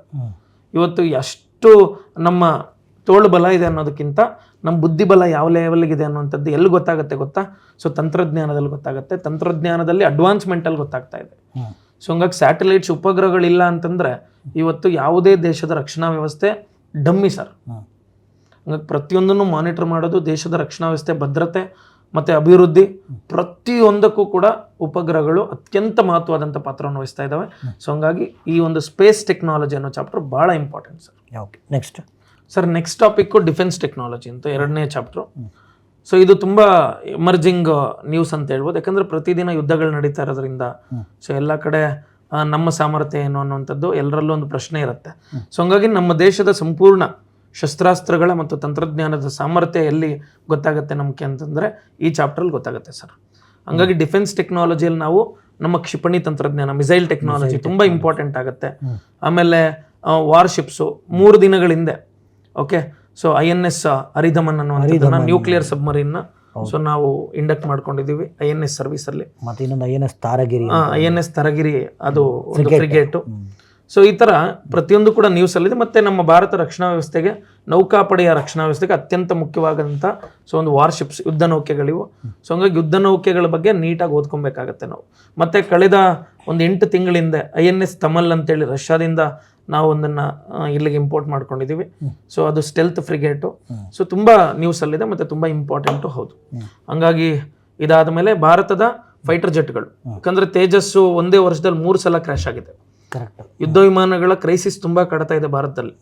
ಸೊ ಯುದ್ಧ ವಿಮಾನಗಳ ಕೊರತೆ ಇದೆ, ನಾವಾಗ ನಾವು ಮಾಡ್ಕೊಳಕ್ ಆಗ್ತಾ ಇಲ್ಲ. ಸೊ ನಮ್ಗೆ ಇಂಜಿನ್ ಡೆವಲಪ್ಮೆಂಟ್ ಪ್ರೋಗ್ರಾಮ್ ಗೊತ್ತಿಲ್ಲ, ನಮ್ಗೆ ಇಂಜಿನ್ ಡೆವಲಪ್ಮೆಂಟ್ ಮಾಡ್ಕೊಳ್ಳೋದೇ ಗೊತ್ತಿಲ್ಲ. ಸೊ ಒಂದು ದೇಶ ಇಂಜಿನ್ ಡೆವಲಪ್ ಮಾಡ್ಕೋಬೇಕು ಅಂತಂದ್ರೆ ನಾನು ಇಂಡಿಜಿನೈಸೇಷನ್ ಆಫ್ ಟೆಕ್ನಾಲಜಿ ಅಂತ ಹೇಳಿದೆ ಸರ್ ಇದರಲ್ಲೇ. ಸೊ ಅದನ್ನ ಬಗ್ಗೆ ಅಂದ್ರೆ ಮೇನ್ಸ್ ಅಲ್ಲಿ ತುಂಬಾ ಇಂಪಾರ್ಟೆಂಟ್ ಟಾಪಿಕ್. ಒಂದು ದೇಶ ಒಂದು ಇಂಜಿನ್ ನ ಮಾಡ್ಕೊಬೇಕು ಅಂತಂದ್ರೆ ಸುಮಾರು 30 ರಿಂದ 40 ಸಾವಿರ ಕೋಟಿ ರೂಪಾಯಿ ಖರ್ಚು ಮಾಡ್ತಾ ಇದೆ. ಬಟ್ ನಮ್ಮ ದೇಶ ತೇಜಸ್ ಅಲ್ಲಿ ಯೂಸ್ ಮಾಡಿರುವಂಥದ್ದು ಕಾವೇರಿ ಇಂಜಿನ್ ಅಂತೇಳಿ ಬರೀ 1500 ರಿಂದ 2000 ಕೋಟಿ ಖರ್ಚು ಮಾಡಿರೋದು. ಸೊ ಹಂಗಾಗಿ ಆ ಇಂಜಿನಲ್ಲಿ ಸರಿಯಾಗಿ ಏನಂದ್ರೆ ಏನು ಸಿಸ್ಟಮ್ಸ್ ಇಲ್ಲ. ಹಂಗಾಗಿ ಇಂಜಿನ್ ತಂತ್ರಜ್ಞಾನ ತುಂಬಾ ಹಿಂದೆ ಉಳ್ಕೊಂಡ್ಬಿಟ್ಟಿದ್ದೀವಿ ನಾವು. ಸೊ ಹಂಗಾಗಿ ಸ್ವಲ್ಪ ಈ ಫೈಟರ್ ಜೆಟ್ಸು DRDO ಮಾಡಿದ್ದು ನಮ್ಮ ಇಂಡಿಜಿನಸ್ ಆಗಿ ಡೆವಲಪ್ ಮಾಡಿದಂಥ ಒಂದು ಇಂಜಿನ್ ಅದು. ಸೊ ಹಂಗಾಗಿ ಫೈಟರ್ ಜೆಟ್ಸ್ ಬಗ್ಗೆ ಸ್ವಲ್ಪ ನೀಟಾಗಿ ನೋಡ್ಕೋಬೇಕು. ಮತ್ತೆ ರಫೇಲು ಡೀಲ್ ನಡೀತಾ ಇದೆ. ಸುಮಾರು 4 ಲಕ್ಷ ಕೋಟಿಗೆ 104 ರಫೇಲ್ ಜೆಟ್ಸ್ ಅಂತ ತರಿಸ್ಕೊಳ್ತಾ ಇದ್ದೀವಿ. ಸೊ ಪ್ರತಿಯೊಂದು ಕರೆಂಟ್ ಅಫೇರ್ಸ್ ಅಲ್ಲಿ ಬರ್ತಾ ಇರುತ್ತೆ. ಹುಡುಗರಿಗೆ ಅರ್ಥ ಆಗಬೇಕು ಅಂದ್ರೆ ಇವೆಲ್ಲ ಓದ್ಕೊಬೇಕಾಗತ್ತೆ ಸರ್, ಇವೆಲ್ಲ HYTs. ಸೊ ಇದಾದ್ಮೇಲೆ ಡ್ರೋನ್ಸ್, UAVs. ಯಾಕಂದ್ರೆ ಇವತ್ತೆಲ್ಲಾ ಕಡೆ ಡ್ರೋನ್ ವಾರೆ. ಚೀಪ್ ರೇಟ್ಗೆ ತುಂಬಾ ದೊಡ್ಡ ಮಟ್ಟದಲ್ಲಿ ಹೊಡ್ತಾ ಕೊಡ್ಬೋದು ಡ್ರೋನ್ಗಳನ್ನ ಬಳಸ್ಕೊಂಡು. ಒಂದು ಡ್ರೋನ್ನ ಒಂದು 10 ಲಕ್ಷ ರೂಪಾಯಿಗೆ ತಂದು ಅದರಲ್ಲಿ ಒಂದು ಬಾಂಬ್ ಬಿಟ್ಟು ಆರಿಸಿದ್ರೆ ಆ ಕಡೆಯಿಂದ ಇಂಟರ್ಸೆಪ್ಟ್ ಮಾಡೋಕ್ಕೆ ಶತ್ರು ದೇಶ 1-2 ಕೋಟಿ ರೂಪಾಯಿ ಕ್ಷಿಪಣಿಯನ್ನ ಹಾರಿಸ್ಬೇಕಾದ್ರು. ಸೊ ಹಂಗಾಗಿ ಒಂದು ದೇಶದ ಆರ್ಥಿಕತೆಯನ್ನ ಹೆಂಗ್ ಬೇಕಾದ್ರೂ ಕುಗ್ಗಿಸ್ಬೋದು, ಒಂದು ದೇಶನ ಯಾವ ರೀತಿ ಬೇಕಾದ್ರೂ ಹಾಳು ಮಾಡ್ಬೋದು ಈ ಡ್ರೋನ್ಗಳಿಂದ. ಸೊ ಹಂಗಾಗಿ UAVs, ಅನ್ಮ್ಯಾನ್ಡ್ ಏರಿಯಲ್ ವೆಹಿಕಲ್ಸ್ ಅಂತ ಕರಿತೀವಿ. So they are in news, they are very very important sir. ಅವುಗಳ ಬಗ್ಗೆ ನೋಡ್ಕೊಬೇಕಾಗುತ್ತೆ ಡಿಫೆನ್ಸ್ ಟೆಕ್ನಾಲಜಿಯಲ್ಲಿ. ಓಕೆ. ಸೊ ಇನ್ನ ಈ 2 ಚಾಪ್ಟರ್ ಆದ್ಮೇಲೆ ನ್ಯೂಕ್ಲಿಯರ್ ಟೆಕ್ನಾಲಜಿ. ಯಾಕೆ ಇರಾನ್ ಮೇಲೆ ಯುದ್ಧ ಮಾಡ್ತಾ ಇದೆ ಅಮೆರಿಕ ಬಂದು, ಯಾಕೆ ಮೂಗುದೂರಿಸಿ ಪ್ರತಿಯೊಂದಕ್ಕೂ ಇರಾನ್ಗೆ ಬೆದರಿಕೆ ಆಗ್ತಾ ಇದೆ, ನೀನು ನ್ಯೂಕ್ಲಿಯರ್ ಡೆವಲಪ್ಮೆಂಟ್ ಪ್ರೋಗ್ರಾಮ್ ಅನ್ನು ಸ್ಟಾಪ್ ಮಾಡಬೇಕು ಅಂತೇಳಿ ಕಳೆದ ವರ್ಷ B2 ಬಾಂಬರ್ ಅನ್ನು ತಗೊಂಡೋಗ್ಬಿಟ್ಟು ನ್ಯೂಕ್ಲಿಯರ್ ಡೆವಲಪ್ಮೆಂಟ್ ಸೈಟ್ ಮೇಲೆ ಬಾಂಬ್ ಹಾಕ್ಬಿಟ್ಟು ಬಂದ್ಬಿಡ್ತು. ಬಂಕರ್ ಬ್ಲಾಸ್ಟರ್ ಬಾಂಬ್ ಅದು. ಹೌದು. ಯಾಕೆ ಅಂಡರ್ಗ್ರೌಂಡ್ ಅಲ್ಲಿ ಇದ್ದಂತ ಆ ಕಂಪ್ಲೀಟ್ ಸಿಸ್ಟಮ್ ಅನ್ನೇ ಹಾಳು ಮಾಡಿ ಬಿಸಾಕಿದ್ರು. ಆದ್ರೂ ಕೂಡ ಒಂದು ಇನ್ಫಾರ್ಮೇಶನ್ ಪ್ರಕಾರ ಸುಮಾರು 470 kg ಯುರೇನಿಯಂ ಇದೆ ಅಂತ. ಯಾರ ಹತ್ರ? ಇರಾನ್ ಹತ್ರ 470 kg. ಅದು ಎನ್ರಿಚ್ಡ್ ಅಂದ್ರೆ ರೆಡಿ ಇರುವಂತ ಯುರೇನಿಯಂ ನ್ಯೂಕ್ಲಿಯರ್ ವೆಪನ್ಸ್ ಮಾಡ್ಕೊಳಕ್ಕೆ. ಸೊ ಇನ್ನು ಅದನ್ನು ಮಾಡ್ಕೊಂಡ್ಬಿಟ್ರೆ ಇರಾನ್ ಯಾರಿಗೆ? ಇಸ್ರೇಲ್ಗೆ ಮತ್ತೆ ಅಮೆರಿಕಕ್ಕೆ ದೊಡ್ಡ ಥ್ರೆಟ್ ಆಗುತ್ತೆ ಭವಿಷ್ಯದಲ್ಲಿ. ಸೊ ಹಂಗಾಗಿ ಆ ಥ್ರೆಟ್ ಅನ್ನ ತೊಳೆದಾಕ್ಬೇಕು, ಮಾಡ್ಕೊಳ್ಳೋಕೆ ಬಿಡಬಾರ್ದು ಅಂತೇಳಿ ಸೊ ಅಮೆರಿಕ ಇದ್ರ ಮೇಲೆ ಅಟ್ಯಾಕ್ ಮಾಡ್ತಾ ಇರುವಂಥದ್ದು. ಹಂಗಾಗಿ ನಮ್ಮ ಮೇಲೂ ಕೂಡ ಅದೇ ರೀತಿ ನಿರ್ಬಂಧಗಳಿದ್ವು. ನಮಗೂ ತುಂಬಾ ಸಮಸ್ಯೆಗಳನ್ನ ಕೊಡ್ತು. ಆಯ್ತಾ? ಯಾವುದು IAEA, ಆಮೇಲೆ ಅಮೆರಿಕ ತುಂಬಾ ಸಮಸ್ಯೆಗಳು, ತುಂಬಾ ಸ್ಯಾಂಕ್ಷನ್ಸ್ ಹಾಕಿದ್ ಭಾರತದ ಮೇಲೆ. ಸೊ ಯಾವ ರೀತಿ ಇಷ್ಟೆಲ್ಲ ಸ್ಯಾಂಕ್ಷನ್ಸು, ಅಗ್ರಿಮೆಂಟ್ಸು, NPT ಅಂತ ಬಂತು, PTBT ಇತ್ತು, NPT ಬಂತು. NPTನ ಭಾರತ ತಿರಸ್ಕಾರ ಮಾಡ್ತು, ನಾನ್ ಪ್ರಾಲಿಫರೇಷನ್ ಟ್ರೀಟಿನ. ಸೊ NPTನ ತಿರಸ್ಕಾರ ಮಾಡಿ 1974ರಲ್ಲಿ ಪೋಖ್ರಾನ್ 1 ಅಂತೇಳಿ smiling Buddha first nuclear weapon test ಮಾಡ್ಕೊಂಡು ನಾವು ಸೀಕ್ರೆಟ್ ಆಗಿ. ಅದಾದ್ಮೇಲೆ 1998ರಲ್ಲಿ ಭಾರತದ ಕೈಯಲ್ಲಿ ಆಗಲ್ಲ ಬಿಡು ಅಂತ ಅನ್ಕೊಂಡಿದ್ರು. ಆಗಲ್ಲ ಬಿಡು ಭಾರತದ ಕೈಯಲ್ಲಿ ಅಂತ. ಸರ್ ನಿಮ್ಗೆ ಇನ್ನೊಂದು ಗೊತ್ತಿರಬೇಕು, ಭಾರತ ನ್ಯೂಕ್ಲಿಯರ್ ವೆಪನ್ಸ್ ಟೆಸ್ಟ್ ಮಾಡ್ಕೊಳ್ಳುತ್ತೆ ಅಂತೇಳಿ ಒಂದು ಅನುಮಾನ ಬಂದು CIG ಅಂತ ಇತ್ತು, ಎಲ್ಲಿ ಅವ್ರದ್ದು ಇಂಟೆಲಿಜೆನ್ಸ್ ಏಜೆನ್ಸಿ USA. ಆ ಕಂಪ್ಲೀಟ್ ಟೀಮ್ ಇಂಡಿಯಾದಲ್ಲಿ ಬಿಟ್ಟಿದ್ರು. ಮತ್ತೆ ಭಾರತದ ಒಂದು ಈ ನ್ಯೂಕ್ಲಿಯರ್ ಡೆವಲಪ್ಮೆಂಟ್ ಪ್ರೋಗ್ರಾಮ್ ಅನ್ನ ಟ್ರ್ಯಾಕ್ ಮಾಡಕ್ಕೆ 2 ಉಪಗ್ರಹಗಳನ್ನ ಲಾಂಚ್ ಮಾಡಿದ್ರು, 2 ಸ್ಯಾಟಲೈಟ್ಸ್ ಅನ್ನ $3 ಬಿಲಿಯನ್ ಖರ್ಚು ಮಾಡಿ. ಬರೀ ಇಂಡಿಯನ್ ಟ್ರ್ಯಾಕ್ ಮಾಡಕ್ಕೆ 2 ಸ್ಯಾಟಲೈಟ್ ಅನ್ನ ಇಟ್ಟಿದ್ರು. ಸೊ ಅದರಲ್ಲೂ ಕೂಡ ಒಂದು ಸಣ್ಣ ವೈರ್ ಎಳೆದಿದ್ರು, ಒಂದು ಸಣ್ಣ ಹಕ್ಕಿ ಕುತ್ಕೊಂಡ್ರು ಕಾಣಿಸ್ತಾ ಇತ್ತಂತೆ, ಅಷ್ಟು ಝೂಮ್ ಮಾಡಿದ್ರೆ ಅಷ್ಟು ಕ್ವಾಲಿಟಿ ಇರುವಂತ ಒಂದು ಇದು ಸ್ಯಾಟಲೈಟ್ಸು. ಅವುಗಳ ಕಣ್ಣು ತಪ್ಪಿಸಿ ಅಬ್ದುಲ್ ಕಲಾಂ ಅವರು DRDO ಅವ್ರದ್ದು ಮುಖ್ಯಸ್ಥರಾಗಿದ್ರು, ಅಟಲ್ ಬಿಹಾರಿ ವಾಜಪೇಯಿ ಅವರಿದ್ರು. ಅದ್ರ ಕಣ್ಣು ತಪ್ಪಿಸಿ ಪೋಖ್ರಾನ್ 2 ಆಪರೇಷನ್ ಶಕ್ತಿಯನ್ನು ಮಾಡ್ಕೊಂಡು. ಸೊ ಹಂಗಾಗಿ ತುಂಬಾ ನ್ಯೂಸ್ ಅಲ್ಲಿದೆ ನ್ಯೂಕ್ಲಿಯರ್ ಟೆಕ್ನಾಲಜಿ. ಇದ್ರಲ್ಲಿ nuclear fusion reaction, nuclear fission reaction, ಬೈಜಿಕ ಸಮ್ಮಿಳನ, ಬೈಜಿಕ ವಿದಳನ, ಬೈಜಿಕ ವಿದಳನ ಕ್ರಿಯಾಕಾರಿಗಳು, nuclear power plants. So just ಒಂದು 3 ದಿನಗಳ ಹಿಂದೆ ನಮ್ಮ ಭಾರತದ ಕನಸದು fast breeder reactor. Correct. So ಅದನ್ನ ಯಶಸ್ವಿಯಾಗಿ ಅಮೆರಿಕ ಕೈಯಲ್ಲಾಗಲಿಲ್ಲ, ರಷ್ಯಾ ಕೈಯಲ್ಲಾಗಲಿಲ್ಲ, ಅದನ್ನ ಯಶಸ್ವಿಯಾಗಿ ನಾವು ಡೆವಲಪ್ ಮಾಡ್ಕೊಂಡಿದ್ದೀವಿ. ಸೊ ಇವಾಗ ಅದ್ರಲ್ಲಿ ಪ್ಲೂಟೋನಿಯಂ ಮತ್ತೆ ಯುರೇನಿಯಂ ಹಾಕಿದಾಗ ಅದರಿಂದ ಹೊರಗಡೆಗೆ ಮತ್ತೆ ಇಂಧನ ಬರುತ್ತೆ, ಮತ್ತೆ ಫ್ಯೂಯಲ್ ಬರುತ್ತೆ, ಯುರೇನಿಯಂ 233. ಅದನ್ನ ಎತ್ಕೊಂಡು ನಮ್ಮ ಭಾರತದಲ್ಲಿ ಅತಿ ಹೆಚ್ಚು ದೊರೆಯೋದು ಥೋರಿಯಂ ನಿಕ್ಷೇಪ. ಥೋರಿಯಂ ಇದೆ ನಮ್ಮಲ್ಲಿ. ಸೊ ಥೋರಿಯಂ ಅನ್ನು ಇಂಧನವಾಗಿ ಬಳಕೆ ಮಾಡಬಹುದು 3rd ಸ್ಟೇಜ್ ನ್ಯೂಕ್ಲಿಯರ್ ರಿಯಾಕ್ಟರ್ ಅಲ್ಲಿ. ಕರೆಕ್ಟ್. ಸೊ ಹಂಗಾಗಿ ಇದು ತುಂಬಾ ದೊಡ್ಡ ಸಾಧನೆ. ಒಂದು ಅಂದಾಜಿನ ಪ್ರಕಾರ ಸುಮಾರು 60 ವರ್ಷಗಳ ಕಾಲ ಭಾರತಕ್ಕೆ ವಿದ್ಯುತ್ನ ಕೊರತೆನೇ ಬರಲ್ವಂತೆ. ಅಂದ್ರೆ ಲಾಂಗ್ ಟರ್ಮ್ ಸಸ್ಟೈನಬಲ್ ಓಕೆ ಈ ಎಲೆಕ್ಟ್ರಿಸಿಟಿಯನ್ನು ಪ್ರೊಡಕ್ಷನ್ ಮಾಡ್ಕೊಳ್ಳೋದು, ಮತ್ತೆ ಗ್ರೀನ್ ಎನರ್ಜಿಯನ್ನ, ಶುದ್ಧವಾದಂಥ ಶಕ್ತಿ, ಯಾವುದೇ ಮಾಲಿನ್ಯ ಇಲ್ಲ. ಸೊ ಅಂಥ ಶಕ್ತಿಯನ್ನ ಸೇಫ್ಟಿ ಕನ್ಸರ್ನ್ಸ್ ಅನ್ನ ಮಾಡ್ಕೊಂಡು ಮಾಡಿದ್ದೇ ಆದ್ರೆ ಸೊ ನ್ಯೂಕ್ಲಿಯರ್ ಟೆಕ್ನಾಲಜಿಯಿಂದ ಇಡೀ ದೇಶ ಅಭಿವೃದ್ಧಿ ಆಗುತ್ತೆ. ಮತ್ತೆ ಇದನ್ನೇ ನೀವು ಮೇನ್ಸಲ್ಲಿ ಮೈನ್ ಫೋಕಸ್ ಮಾಡಬೇಕಾಗಿರುವಂಥದ್ದು. ಈ ಚಾಪ್ಟರ್ ತುಂಬಾ ಇಂಪಾರ್ಟೆಂಟ್ ಚಾಪ್ಟರ್. ಇದೇ ಡಿಫೆನ್ಸ್ಗೆ ಸಂಬಂಧಪಟ್ಟಂತೆ ರೋಬೋಟಿಕ್ಸ್ ಅನ್ನುವಂಥ ಒಂದು ಚಾಪ್ಟರ್ ಇದೆ. ಸೊ ಇದು ಕೂಡ ಎಮರ್ಜಿಂಗ್ ಟೆಕ್ನಾಲಜಿಯಲ್ಲಿ ಬರುತ್ತೆ. ರೋಬೋಟಿಕ್ಸ್ ಯಾವ ರೀತಿ ಮನುಷ್ಯನನ್ನ ಪ್ರತಿಯೊಂದು ಕ್ಷೇತ್ರದಲ್ಲೂ ಕೂಡ ಬದಲಾವಣೆ ಮಾಡಿಕೊಳ್ಳುತ್ತೆ, ಮತ್ತು ಯಾವ ರೀತಿ ಅವುಗಳ ತಂತ್ರಗಾರಿಕೆ, ಬುದ್ಧಿವಂತಿಕೆ, ಸೊ ಎಲ್ಲವೂ ಕೂಡ ಮನುಷ್ಯನ ಮೀರಿಸ್ತವೆ ಅನ್ನೋವಂಥದ್ದನ್ನು ಈ ಒಂದು ಚಾಪ್ಟ್ರಲ್ಲಿ ಓದ್ತೀವಿ. ಸೊ ಇದರಲ್ಲಿ ಭಾಳ ಮುಖ್ಯವಾಗಿ so how robotics okay place major role in the replacement of employment. So ಮನುಷ್ಯನ ಒಂದು ಉದ್ಯೋಗದಲ್ಲಿ ಯಾವ ರೀತಿ ಮನುಷ್ಯನ ಬದಲಾವಣೆ ಮಾಡ್ತಾ ಇದ್ದಾವೆ ಅಂತ ಇದು ಸೊ ತುಂಬ ದೊಡ್ಡ ಕನ್ಸರ್ನ್ ಅದು. ಹಂಗಾಗಿ ಪ್ರತಿಯೊಂದು ಕ್ಷೇತ್ರದಲ್ಲೂ ಕೂಡ, ಉದ್ಯೋಗ ಕ್ಷೇತ್ರನೇ ಅಲ್ಲ, ಪ್ರತಿಯೊಂದು ಕ್ಷೇತ್ರದಲ್ಲೂ ಕೂಡ ರೋಬೋಟಿಕ್ಸ್ ಮನುಷ್ಯನನ್ನು ಬದಲಾವಣೆ ಮಾಡ್ಕೊಳ್ತಾ ಇದ್ದಾವೆ. ಸೊ ಸಂಪೂರ್ಣವಾಗಿ ಅದ್ರ ಬಗ್ಗೆ ನಾವು ಓದ್ತೀವಲ್ಲಿ. ಅದನ್ನು ಪ್ರಿಲಿಮ್ಸ್ಗಿಂತ ಮೇನ್ಸಲ್ಲೇ ಜಾಸ್ತಿ ಇಂಪಾರ್ಟೆನ್ಸ್ ಇದೆ. ಸೊ ಪ್ರಿಲಿಮ್ಸಲ್ಲಿ ರೋಬೋಟ್ಗಳ ಹೆಸರು ಕೇಳ್ಬೋದು. ಪ್ರಸ್ತುತ ಡಿಫೆನ್ಸಲ್ಲಿ ರೋಬೋಟ್ಸನ್ನು ಯಾವುದೇ ಕಂಟ್ರಿ ಯೂಸ್ ಮಾಡ್ತಾ ಇಲ್ಲ. ಡಿಫೆನ್ಸಲ್ಲಿ ಅಸಿಸ್ಟೆಂಟ್ ರೋಬೋಟ್ಸನ್ನು ಯೂಸ್ ಮಾಡ್ತಾ ಇದೆ, ಸೋಲ್ಜರ್ ಅಸಿಸ್ಟೆಂಟ್ ರೋಬೋಟ್ಸ್ ಅಂತೇಳಿ. ಅಂದರೆ ಸೈನಿಕ ಸಹಾಯಕ ರೋಬೋಟ್ಗಳು. ಈ ಸೈನಿಕರು ಒಂದು ಪ್ರದೇಶದಿಂದ ಇನ್ನೊಂದು ಪ್ರದೇಶಕ್ಕೆ ಹೋಗ್ತಾರೆ ರಿಮೋಟ್ ಏರಿಯಾಗಳಲ್ಲಿ. ಸೊ ಅಲ್ಲಿ ತೂಕ ಹೊತ್ಕೊಂಡು ಹೋಗೋಕ್ಕಾಗಲ್ಲ, ವೆಹಿಕಲ್ಸ್ ಹೋಗೋಕ್ಕಾಗಲ್ಲ. ಅಂಥ ಟೈಮಲ್ಲಿ ಇವು ಅವ್ರಿಗೆ ಬೇಕಾಗಿದ್ದಂಥ ವೆಪನ್ಸು ಮತ್ತು ಭಾರವನ್ನು ಹೊತ್ಕೊಂಡು ಹೋಗಿ ಅವ್ರಿಗೆ ಕೊಡುವಂಥದ್ದು. ಸೊ ಈ ಥರ ರೋಬೋಟ್ಗಳ ಹೆಸರುಗಳನ್ನ ನೆನ್ಪಿಟ್ಕೋಬೇಕಾಗುತ್ತೆ, ಇಂಪಾರ್ಟೆಂಟ್. ಇನ್ನು ಇದಾದಮೇಲೆ ನ್ಯಾನೋ ಟೆಕ್ನಾಲಜಿ. ಈಗ ನ್ಯಾನೋ ಟೆಕ್ನಾಲಜಿ ಅನ್ನೋದು ಭವಿಷ್ಯ, ಮತ್ತು ನ್ಯಾನೋ ಟೆಕ್ನಾಲಜಿ ಎಲ್ಲ ಕಡೆ ಇದೆ. ನ್ಯಾನೋ ಟೆಕ್ನಾಲಜಿ ಅನ್ನೋದು ಸೊ ಇವತ್ತಿನ ಪ್ರೆಸೆಂಟು ಹೌದು, ಫ್ಯೂಚರ್ ಹೌದು, ಯಾವುದೇ ಕಂಟ್ರಿಯ ಡೆವಲಪ್ಮೆಂಟಿಗೆ. ಈ ನ್ಯಾನೋ ತಂತ್ರಜ್ಞಾನದ ಅನ್ವಯಗಳನ್ನು ನಾವು ನೀಟಾಗಿ ಓದಬೇಕಾಗತ್ತೆ. ಮತ್ತು ಮೊನ್ನೆ KS ಪ್ರಿಲಿಮ್ಸಲ್ಲಿ direct question, so what is nano technology, consider the following statements of nano technology ಅಂತ. ಸೊ ನ್ಯಾನೋ ತಂತ್ರಜ್ಞಾನದ ಕುರಿತಂತೆ ಕೆಳಗಿನ ಹೇಳಿಕೆಗಳನ್ನು ಪರಿಗಣಿಸಿ ಅಂತ 2 ಹೇಳಿಕೆ ಕೊಟ್ಟಿದ್ರು. ಒಂದು ನ್ಯಾನೋ ಟೆಕ್ನಾಲಜಿ ಡೆಫಿನೇಷನ್ನು, ಇನ್ನೊಂದು ಅದರ ಸ್ಕೇಲ್ದ ರೇಂಜ್ ಕೇಳಿದ್ದ, ನ್ಯಾನೋ ಮಾಪನದ ವ್ಯಾಪ್ತಿ ಎಷ್ಟು ಅಂತೇಳಿ. ಸೊ ಅಲ್ಲಿ nano technology is the manipulation of matter at nano scale ಅಂತ ಒಂದು ಕೊಟ್ಟಿದ್ದ. ಸ್ಟೇಟ್ಮೆಂಟ್ ಕರೆಕ್ಟ್ ಇದೆ.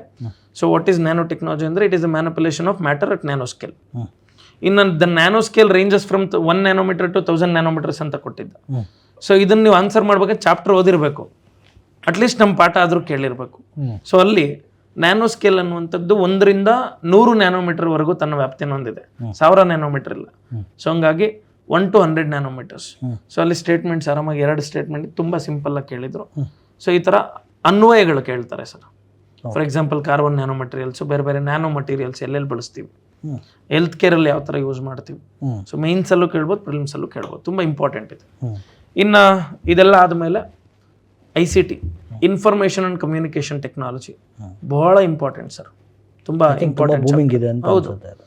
ಸೊ ಇದರಲ್ಲಿ ಕಂಪ್ಯೂಟಿಂಗ್ ಟೆಕ್ನಾಲಜಿ, ಸೂಪರ್ ಕಂಪ್ಯೂಟರ್ಸ್ ಅಂದರೆ ಏನು, ಕ್ವಾಂಟಮ್ ಕಂಪ್ಯೂಟರ್ಸ್ ಅಂದ್ರೆ ಏನು, ಕ್ಲೌಡ್ ಕಂಪ್ಯೂಟಿಂಗ್ ಅಂದ್ರೆ ಕ್ವಾಂಟಮ್ ಕಂಪ್ಯೂಟಿಂಗ್ ಅಂದ್ರೆ ಮಲ್ಟಿಪಲ್ ಟೈಮ್ಸ್ ನ್ಯೂಸ್ ಅಲ್ಲಿ ಇದೆ. ಹೌದು, ತುಂಬಾ ನ್ಯೂಸ್ ಅಲ್ಲಿ ಇದೆ. ಮತ್ತೆ ಯಾವ ರೀತಿ ಅದು ನಮ್ಗೆ ಹೆಲ್ಪ್ ಆಗುತ್ತೆ ಅನ್ನುವಂಥದ್ದು ಬಹಳ ಬಹಳ ಇಂಪಾರ್ಟೆಂಟ್ ಇದೆ. ಈ ಕಂಪ್ಯೂಟಿಂಗ್ ಟೆಕ್ನಾಲಜಿನಲ್ಲಿ ನಾನು ನೀಟಾಗಿ ಹೇಳ್ಕೊಡ್ತೀನಿ, ಪ್ರತಿಯೊಬ್ಬ ಆರ್ಟ್ಸ್ ಸ್ಟೂಡೆಂಟ್ಗೂ ಅರ್ಥ ಆಗೋ ಥರ.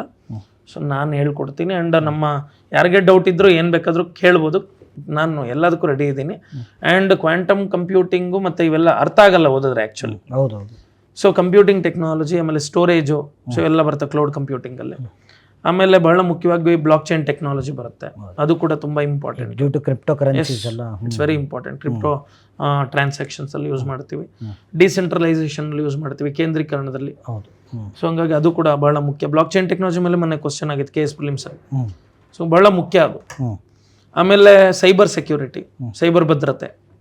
ಸೊ ಅದರಲ್ಲಿ ಸೈಬರ್ ಥ್ರೆಟ್ಸ್ ಏನೇನಿದಾವೆ, ಮಾಲ್ವೇರು, ಆಡ್ವೇರು, ಫಿಶಿಂಗು, ಆಮೇಲೆ ವೈರಸ್ ಅಂದ್ರೆ ಏನು, ಟ್ರೋಜನ್ಸ್ ಅಂದ್ರೆ ರ್ಯಾನ್ಸಮ್ ವೇರ್, ಕ್ಲಿಕ್ ಜಾಕಿಂಗ್ ಅಂದ್ರೆ ಏನು. ಸೊ ಈ ತರ ಮಿಡ್ಲ್ ಮ್ಯಾನ್. ಬಟ್ ಇವೆಲ್ಲ ಟಾಪಿಕ್ಸ್ ನಾವು ಪದೇ ಅಂದ್ರೆ ಅಪ್ಗ್ರೇಡ್ ಆಗ್ತಾನೆ ಇರ್ಬೇಕಲ್ಲ, ಪ್ರತಿಯೊಂದು ಅಪ್ಗ್ರೇಡ್ ಆಗ್ಬೇಕು ಸರ್. ಅದನ್ನ ಹೇಳ್ತಾ ಇದೀನಿ. ಇದು ಹರಿಯೋ ನದಿ ಇದ್ದಂಗೆ ಇವಾಗಿರುವಂಥ ಟಾಪಿಕ್ಸು ಈ ವರ್ಷ ಇರುವಂಥದ್ದು ಮುಂದಿನ ವರ್ಷಕ್ಕೆ ತುಂಬಾ ಚೇಂಜ್ ಆಗ್ಬಿಟ್ಟಿರ್ತವೆ. ಟೆಕ್ನಾಲಜಿ ತುಂಬಾ ಆ್ಯಡ್ ಆಗ್ತವೆ ಆ್ಯಕ್ಚುಲಿ. ಸೊ ಪ್ರತಿಯೊಂದನ್ನು ಆ ದಿನ ಆ ಕ್ಷಣ ಅಲ್ಲಿ ಕೇಳಿರುವಂಥ ಪ್ರಶ್ನೆಗೆ ಸಂಬಂಧಪಟ್ಟಂಗೆ ನಾವು ಆನ್ಸರ್ ಮಾಡಬೇಕು. ಬಟ್ ನನಗೆ ಒಂದು ಡೈರೆಕ್ಟ್ ಕ್ವಶನ್ ಏನಂದ್ರೆ, ಟೆಕ್ನಾಲಜಿ ಸ್ಟ್ಯಾಟಿಕ್ ಕರೆಂಟ್ ಅಫೇರ್ಸ್ ಆಗಿ ಸರ್? ಟೆಕ್ನಾಲಜಿ ಅನ್ನೋದು ಸ್ಟ್ಯಾಟಿಕ್ ಅಂತ ನಾವು ಕರೆಕ್ಟಾಗಿ ಹೇಳೋಕ್ಕಾಗಲ್ಲ ಸರ್. ಕರೆಂಟ್ ಅಫೇರ್ಸ್ ಅಂತನೂ ಕಂಪ್ಲೀಟಾಗಿ ಹೇಳೋಕ್ಕಾಗಲ್ಲ. ಯಾಕಂದ್ರೆ ಇದು 50% ಅಂತ ಹೇಳ್ಬೋದು. ಅಂದ್ರೆ ಬ್ಯಾಕ್ ಗ್ರೌಂಡ್ ಗೊತ್ತಿರಬೇಕು, ಅಪ್ಡೇಟ್ಸ್ ಇರಬೇಕು. ಬ್ಯಾಕ್ ಗ್ರೌಂಡ್ ಏನೋ ಸಬ್ಜೆಕ್ಟು ಟೆಕ್ನಾಲಜಿ, ಅಪ್ಡೇಟ್ಸ್ ಏನು ಟೆಕ್ನಾಲಜಿ, ಅದು ಟೆಕ್ನಾಲಜಿ, ಕರೆಂಟ್ ಅಫೇರ್ಸ್. ಸೊ ನಿಮ್ಗೆ ಇದು ಗೊತ್ತಿಲ್ಲ ಅಂದ್ರೆ ಅದು ಅರ್ಥ ಆಗಲ್ಲ, ಅದು ಗೊತ್ತಿಲ್ಲ ಅಂದ್ರೆ ಇದು ಗೊತ್ತಿರಲ್ಲ. ಇದು ಗೊತ್ತಿದ್ರೆ ಎಕ್ಸಾಮಲ್ಲಿ ಆನ್ಸರ್ ಮಾಡೋಕ್ಕಾಗಲ್ಲ. ಸೊ ಹಂಗಾಗಿ ಕರೆಂಟ್ ಅಫೇರ್ಸ್ ಮತ್ತೆ ಟೆಕ್ನಾಲಜಿ ಎರಡು ಅವಿನಾಭಾವ ಸಂಬಂಧ ಇವುಗಳು. ಈಗ ಬಹಳ ವಿಪರೀತ ಚರ್ಚೆ ಆಗ್ತಿರೋದು ಕೃತಕ ಬುದ್ಧಿಮತ್ತೆ, ಆರ್ಟಿಫಿಷಿಯಲ್ ಇಂಟೆಲಿಜೆನ್ಸ್. ಏನು ಇಷ್ಟು ಸದ್ ಮಾಡ್ತಿದೆ, ಯಾಕೆ ಅಂತೀರಾ ಸರ್? ಇವಾಗ ಆರ್ಟಿಫಿಷಿಯಲ್ ಇಂಟೆಲಿಜೆನ್ಸ್ ಅಂದರೆ AI ಅಂದರೆ simulation of human intelligence and machines ಅಂತೇಳಿ. ಸೊ ಮಾನವನ ಬುದ್ಧಿಶಕ್ತಿಯನ್ನು ಯಂತ್ರಗಳಲ್ಲಿ ಅನುಕರಿಸುವಂಥ ಒಂದು ತಂತ್ರಜ್ಞಾನಕ್ಕೆ ಕೃತಕ ಬುದ್ಧಿಮತ್ತೆ ಅಂತ ಕರಿತೀವಿ. ಬುದ್ಧಿವಂತಿಕೆ ಅಂದರೆ ಏನು? So what is intelligence? ಇವಾಗ ನಿಮ್ಮ ಪ್ರಕಾರ ನಿಮ್ಗೆ ಏನು ಬುದ್ಧಿವಂತಿಕೆ ಅಂದ್ರೆ? Intelligence is a cognitive ability basically ಅಲ್ವಾ? ಸೊ ಕಾಗ್ನಿಟಿವ್ ಎಬಿಲಿಟಿ ಅಂದ್ರೆ ಏನು ಬರ್ಬೋದು? ಇವಾಗ ಸಾಮಾನ್ಯವಾಗಿ ಒಬ್ಬ thinking, decision making, analysing, choosing, ಇದೆಲ್ಲ understanding, creativity, imagining, creativity. So ಪ್ರತಿಯೊಂದು ಬರುತ್ತಲ್ವಾ? ಸೊ ಇಂಥ ಒಂದು ಇದನ್ನ ಅಂದ್ರೆ ಮನುಷ್ಯನ ಆಲೋಚನೆಗಳನ್ನು ಮೀರಿಸುವಂತೆ ಒಂದು ಯಂತ್ರ ಯೋಚನೆ ಮಾಡುತ್ತೆ, ಒಂದು ಮಷೀನ್ ಯೋಚನೆ ಮಾಡುತ್ತೆ. ಸೊ ಆ ಮಷೀನು ಮನುಷ್ಯನ ಥರ ಈ ಭಾವನೆಗಳಿಗೆ ಒಳಪಟ್ಟು, ಆಯ್ತಾ, ಬೇರೆ ಬೇರೆ ಡಿಸ್ಟ್ರಾಕ್ಷನ್ಗಳಿಗೆ ಒಳಪಟ್ಟು, ಸೊ ಅದು ತನ್ನ ಕೆಲಸವನ್ನು ನಿಲ್ಲಿಸೋ ಥರ ಅದು ಎಂದಿಗೂ ಯೋಚನೆ ಮಾಡಲ್ಲ. ಸೊ ಅದೇನಿದ್ರು ಪ್ರತಿಯೊಂದನ್ನು ಅಡ್ವಾನ್ಸ್ಮೆಂಟ್ ಮಾಡ್ಕೊಂಡು ತನ್ನದೇ ಹೊಸ ಕ್ರಿಯೇಟಿವಿಟಿ ನಿಮ್ಗೆ ಕೊಡೋದಕ್ಕೆ ಯೋಚನೆ ಮಾಡ್ತಾ ಇರುತ್ತೆ. ಹಂಗಾಗಿ ಪ್ರತಿಯೊಂದರಲ್ಲೂ ಹೊಸತನ ಹುಡುಕ್ತಾರೆ. ಪ್ರತಿ ಜಾಬಲ್ಲೂ ಹೊಸತನ ಇರಬೇಕು. ನಮ್ಮಲ್ಲಿ ಎಲ್ಲಿವರೆಗೂ ಕ್ರಿಯೇಟಿವಿಟಿ ಹೊಸತನ ಇರುತ್ತೆ ಅಲ್ಲಿವರೆಗೂ ನಮ್ಗೆ ವ್ಯಾಲ್ಯೂ. ಹಂಗೆ ಆರ್ಟಿಫಿಷಿಯಲ್ ಇಂಟೆಲಿಜೆನ್ಸ್ ಪ್ರತಿದಿನ ಅಪ್ಡೇಟ್ ಆಗುತ್ತೆ, ಮನುಷ್ಯರ ಥರ ಅಲ್ಲ. ಸೊ ಹಂಗಾಗಿ ಇವತ್ತಿನ ಯುವ ಪೀಳಿಗೆ ಮನುಷ್ಯರು ಕೃತಕ ಬುದ್ಧಿಮತ್ತೆ ಆರ್ಟಿಫಿಷಿಯಲ್ ಇಂಟೆಲಿಜೆನ್ಸ್ ಜೊತೆಯಲ್ಲಿ ಅವ್ರು ಪಾರ್ಟಿಸಿಪೇಟ್ ಮಾಡಬೇಕು, ಅದ್ರ ಜೊತೆಲಿ ಕಾಂಪೀಟ್ ಮಾಡಬೇಕು, ಇವ್ರು ನಿಂತ್ಕೋಬೇಕು ಅಂತಂದ್ರೆ. ನೀವು ಮೊನ್ನೆ ನೋಡಿರ್ಬೋದು, ಈ 30,000 ಲೇ ಆಫ್ ಆಯ್ತು ಒರಾಕಲಲ್ಲಿ. ಅವ್ರು ಏನು ರೀಸನ್ ಕೊಟ್ಟಿದ್ದಾರೆ ಗೊತ್ತಾ? ನಾವು ಆರ್ಟಿಫಿಷಿಯಲ್ ಇಂಟೆಲಿಜೆನ್ಸ್ ಇಂಡಕ್ಟ್ ಮಾಡ್ತಾ ಇದ್ದೀವಿ, ಆಮೇಲೆ ಇಷ್ಟು ಲೇ ಆಫ್ಸ್ ಇಂದ ನಮಗೆ ಸುಮಾರು $7 to $8 billion ಸೊ ನಮಗೆ ಸೇವಿಂಗ್ಸ್ ಆಗ್ತಾ ಇದೆ. ಮತ್ತೆ ಅಷ್ಟು ಕೆಲಸ ಆರಾಮಾಗಿ ಯಾವುದೇ HR ಮ್ಯಾನೇಜ್ಮೆಂಟ್ ಇಲ್ಲದೆ, ಮನುಷ್ಯರ ತಲೆನೋವಿಲ್ಲದೆ, ಸೊ ಆರಾಮಾಗಿ ಆರ್ಟಿಫಿಷಿಯಲ್ ಇಂಟೆಲಿಜೆನ್ಸ್ ಇಂದ ಆಗ್ತಾ ಇದೆ ಅಂತೇಳಿ. ಅಂದ್ರೆ ಅದ್ರ ಕೆಪಾಸಿಟಿ, ಅದ್ರ ಕ್ಯಾಲಿಬರು, ಇಟ್ಸ್ ಅನ್ಇಮ್ಯಾಜಿನಬಲ್ ಸರ್. ಸೊ ಹಂಗಾಗಿ ಆರ್ಟಿಫಿಷಿಯಲ್ ಇಂಟೆಲಿಜೆನ್ಸ್ ಎಲ್ಲ ಕಡೆ ಹರಡ್ತಾ ಇದೆ, ಮನುಷ್ಯನನ್ನ ಮೀರಿಸಿ ಹರಡ್ತಾ ಇದೆ. ಓಕೆ, ನೆಕ್ಸ್ಟ್ ಇನ್ಯಾವ ಟಾಪಿಕ್ ಸರ್? ಇನ್ನು ಡೀಪ್ ಫೇಕ್ ಟೆಕ್ನಾಲಜಿ ಬರುತ್ತೆ. Deep fake technology, fake media, fake content ಅನ್ನು ಜನರೇಟ್ ಮಾಡೋದು, ಬ್ಲ್ಯಾಕ್ ಮೇಲ್ ಮಾಡೋದು. ಸೊ ಈ ತರ ಎಲ್ಲ ಮಾಡ್ತಾ ಇದ್ದಾರೆ, ಮಿಸ್ಯೂಸ್ ಮಾಡ್ಕೊಳ್ತಾ ಇದ್ದಾರೆ ಅದನ್ನ ತುಂಬಾ. ಆಮೇಲೆ ನ್ಯೂರಾಲಿಂಕ್ ಟೆಕ್ನಾಲಜಿ, ಬ್ರೈನ್ಗೆ ಒಂದು ಚಿಪ್ ಹಾಕ್ತಾರೆ. ಈ ಎಲಾನ್ ಮಸ್ಕ್ ಅವರ ಡ್ರೀಮ್ ಪ್ರಾಜೆಕ್ಟ್ ಅದು.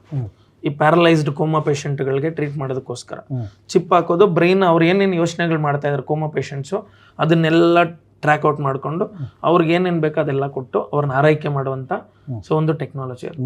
ನ್ಯೂರಾಲ್ ಲಿಂಕ್ ಟೆಕ್ನಾಲಜಿ. ನ್ಯೂರಾ ಅಂದರೆ ಬ್ರೈನು, ಸೊ ಅಲ್ಲಿಗೆ ಲಿಂಕ್ ಮಾಡೋದು. ಒಂದು ಮೂವಿ ಇದೆ ತೆಲುಗಲ್ಲಿ, ಅದೇ ಥರ ಲಿಂಕ್ ಮಾಡ್ತಾರೆ, ಒಂದು ಚಿಪ್ ಹಾಕ್ತಾರೆ. ಆ ಚಿಪ್ ಹೆಸರು ಟೆಲಿಪತಿ ಅಂತ, ಇದರಲ್ಲಿ ಎಲಾನ್ ಮಸ್ಕ್ ಡೆವಲಪ್ ಮಾಡಿರುವಂಥ ಚಿಪ್ ಹೆಸರು. ಸೊ ಅದು ಅಂಡರ್ ಟ್ರಯಲ್ಸಲ್ಲಿದೆ, ಅದ್ರ ಬಗ್ಗೆ ಓದ್ಬೇಕು. IoT, internet of things, so ಎಲ್ಲ ಭವಿಷ್ಯ ಬಹಳ ಇಂಪಾರ್ಟೆಂಟ್ ಆಗುತ್ತೆ. ಆಮೇಲೆ ಇಂಟರ್ನೆಟ್ ಅಂದರೆ ಏನು, ಅಂತರ್ಜಾಲ ಅಂದರೆ ಏನು, ಇಂಟರ್ನೆಟ್ ಅಂದರೆ ಏನು? ತುಂಬ ಜನ ಇಂಟರ್ನೆಟ್ ಅಂದರೆ ಏನೋ ಒಂದು ನೆಟ್ವರ್ಕ್ ಅನ್ಕೊಂಡ್ಬಿಟ್ಟಿರ್ತಾರೆ. ಅಲ್ಲ, it is the network of networks. It has the global information. So web ಪೇಜಸ್ನಲ್ಲಿ ಗ್ಲೋಬಲ್ ಇನ್ಫಾರ್ಮೇಷನ್, ಇಡೀ ಜಗತ್ತಿನ ಎಲ್ಲ ಮಾಹಿತಿಯನ್ನು ಒಳಗೊಂಡಿರುವಂಥ ಒಂದು ನೆಟ್ವರ್ಕನ್ನು ಇಂಟರ್ನೆಟ್ ಅಂತ ಕರಿತೀವಿ. ಸೊ ಈ ಇಂಟರ್ನೆಟ್ಟಲ್ಲಿ ಎಷ್ಟು ಪ್ರಕಾರಗಳಿದ್ದಾವೆ? ಸರ್ಫೇಸ್ ವೆಬ್ ಅಂತ ಕರಿತೀವಿ, ಡಾರ್ಕ್ ವೆಬ್ ಅಂತ ಕರಿತೀವಿ, ಡೀಪ್ ವೆಬ್ ಅಂತ ಕರಿತೀವಿ. ಸೊ ಈ ಮೂರು, surface, deep, dark.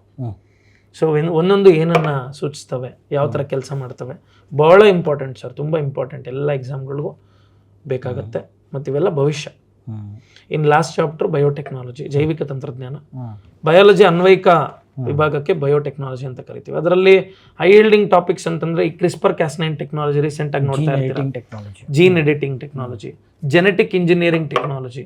Genetic engineering ಅಲ್ಲಿ ಟ್ರಾನ್ಸ್ಜೆನಿಕ್ ಆರ್ಗ್ಯಾನಿಸಮ್ಸು ಅಂದ್ರೆ 2 DNA ಮಿಶ್ರಣ ಮಾಡಿ ಒಂದು ಜೀವಿನ ಹುಟ್ಟಾಕಂಥದ್ದು. ಫಾರ್ ಎಕ್ಸಾಂಪಲ್ BT ಕ್ರಾಪ್ಸ್ ಆಗಿರ್ಬೋದು, ಕ್ಲೋನಿಂಗ್ ಆಗಿರ್ಬೋದು, ತದ್ರೂಪಿ ಜೀವಿಗಳು. ಆಮೇಲೆ ಬಹಳ ಮುಖ್ಯವಾಗಿ ರೀಸೆಂಟಾಗಿ ಕ್ಲೋನ್ ಮಾಡಿ ಈ ವಲ್ಫ್ ಡಯರ್ ಅಂತೇಳಿ ಅದನ್ನ ಸುಮಾರು 10,000 ವರ್ಷಗಳಿಂದ ಭೂಮಿಯಿಂದ ನಶಿಸಿ ಹೋಗಿತ್ತದು. ಅದನ್ನು ಮತ್ತೆ ರೀಗೇನ್ ಮಾಡಿದ್ದಾರೆ.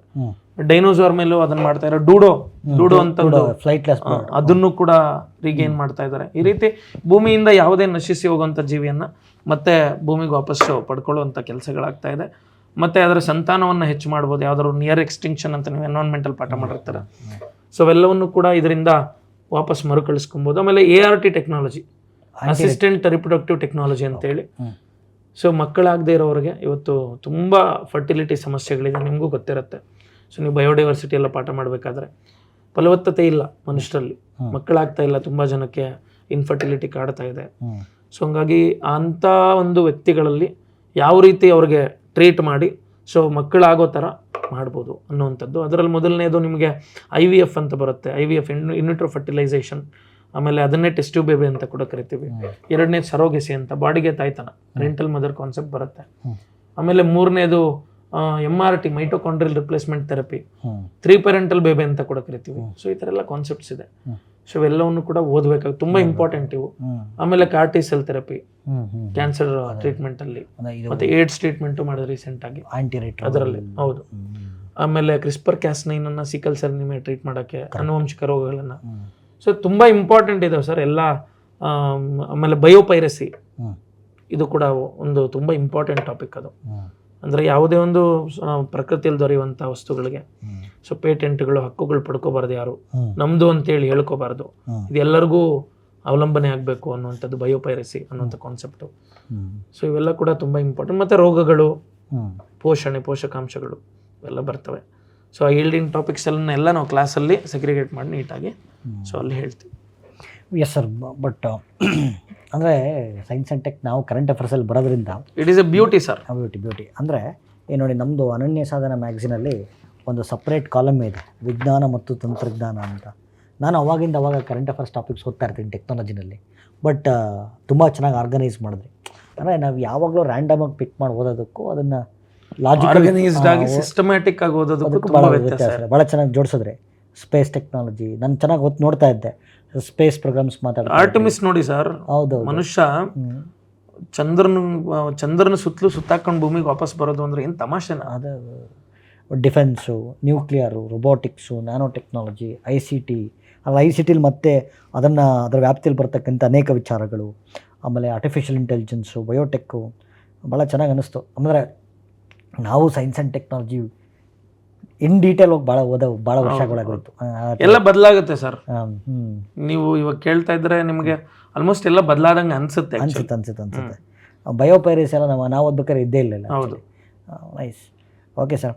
ಮತ್ತು ಇಷ್ಟೊತ್ತು ನಮ್ಮ ಜೊತೆ ಕೂತ್ಕೊಂಡು ನಮ್ಮ ವಿದ್ಯಾರ್ಥಿಗಳಿಗೋಸ್ಕರ, ಸ್ಪರ್ಧಾ ಮಿತ್ರರಿಗೋಸ್ಕರ science and technology, especially technology ವಿಭಾಗದಲ್ಲಿ ILD ಟಾಪಿಕ್ಸನ್ನು ತುಂಬ ಸವಿಸ್ತಾರವಾಗಿ ಅಥವಾ ಮಹತ್ವವನ್ನು ಕುರಿತಂತೆ ಭಾಳ ವಿಶ್ಲೇಷಣಾತ್ಮಕವಾಗಿ ಹೇಳ್ತಾ ಹೋಗಿದ್ರಿ. ಭಾಳ ಖುಷಿ ಆಯಿತು. ಮತ್ತು ಮುಂದಿನ ಎಪಿಸೋಡಲ್ಲಿ ನಿಮ್ಮ ಜೊತೆಗೆ ಇನ್ನೊಂದು ಎಪಿಸೋಡ್ ಮಾಡಲೇಬೇಕು ಅಂತ ಅನಿಸ್ತದೆ. ಬಿಕಾಸ್ ಟೆಕ್ನಾಲಜಿನೇ ಇಷ್ಟು ಡೀಪ್ ಇರಬೇಕಾದ್ರೆ ಸಂಬಂಧಪಟ್ಟಿದ್ದ ಬೇಸಿಕ್ಸು, ಅಂದರೆ ಈಗ ಬಯಾಲಜಿ ಆಗಿರ್ಬೋದು, ಜನರಲ್ ಸೈನ್ಸ್ ವಿಚಾರ, ಫಿಸಿಕ್ಸು, ಕೆಮಿಸ್ಟ್ರಿ ಮತ್ತು ಬಯಾಲಜಿ ವಿಚಾರದಲ್ಲೂ ಕೂಡ ಮತ್ತೊಂದು ವಿಡಿಯೋ ಜೊತೆ ನಿಮಗೆ ಭೇಟಿ ಆಗ್ತೀನಿ ಸರ್. ಸೊ ಇಷ್ಟೊತ್ತರೆಗೂ ಇಲ್ಲಿ ಬಂದು ಕೂತ್ಕೊಂಡು ನಮ್ಮ ಜೊತೆ ಇಷ್ಟು ಮಾಹಿತಿಯನ್ನು ಹಂಚ್ಕೊಂಡಿದ್ದಕ್ಕೆ ಸೊ ಇನ್ಸ್ಟಾ ಕೇಸ್ನ ಪರವಾಗಿ ಇನ್ಸ್ಟಾ ಕೇಸ್ ಫ್ಯಾಕಲ್ಟಿಗೆ ತುಂಬ ಹೃದಯ ಧನ್ಯವಾದಗಳನ್ನು ಹೇಳಿ ಸರ್. ನಮ್ಮ ಸಂಸ್ಥೆ ಸರ್ ಇದು. Thank you sir. Thank you ತಮಗೂ. Thank you sir. Thank you.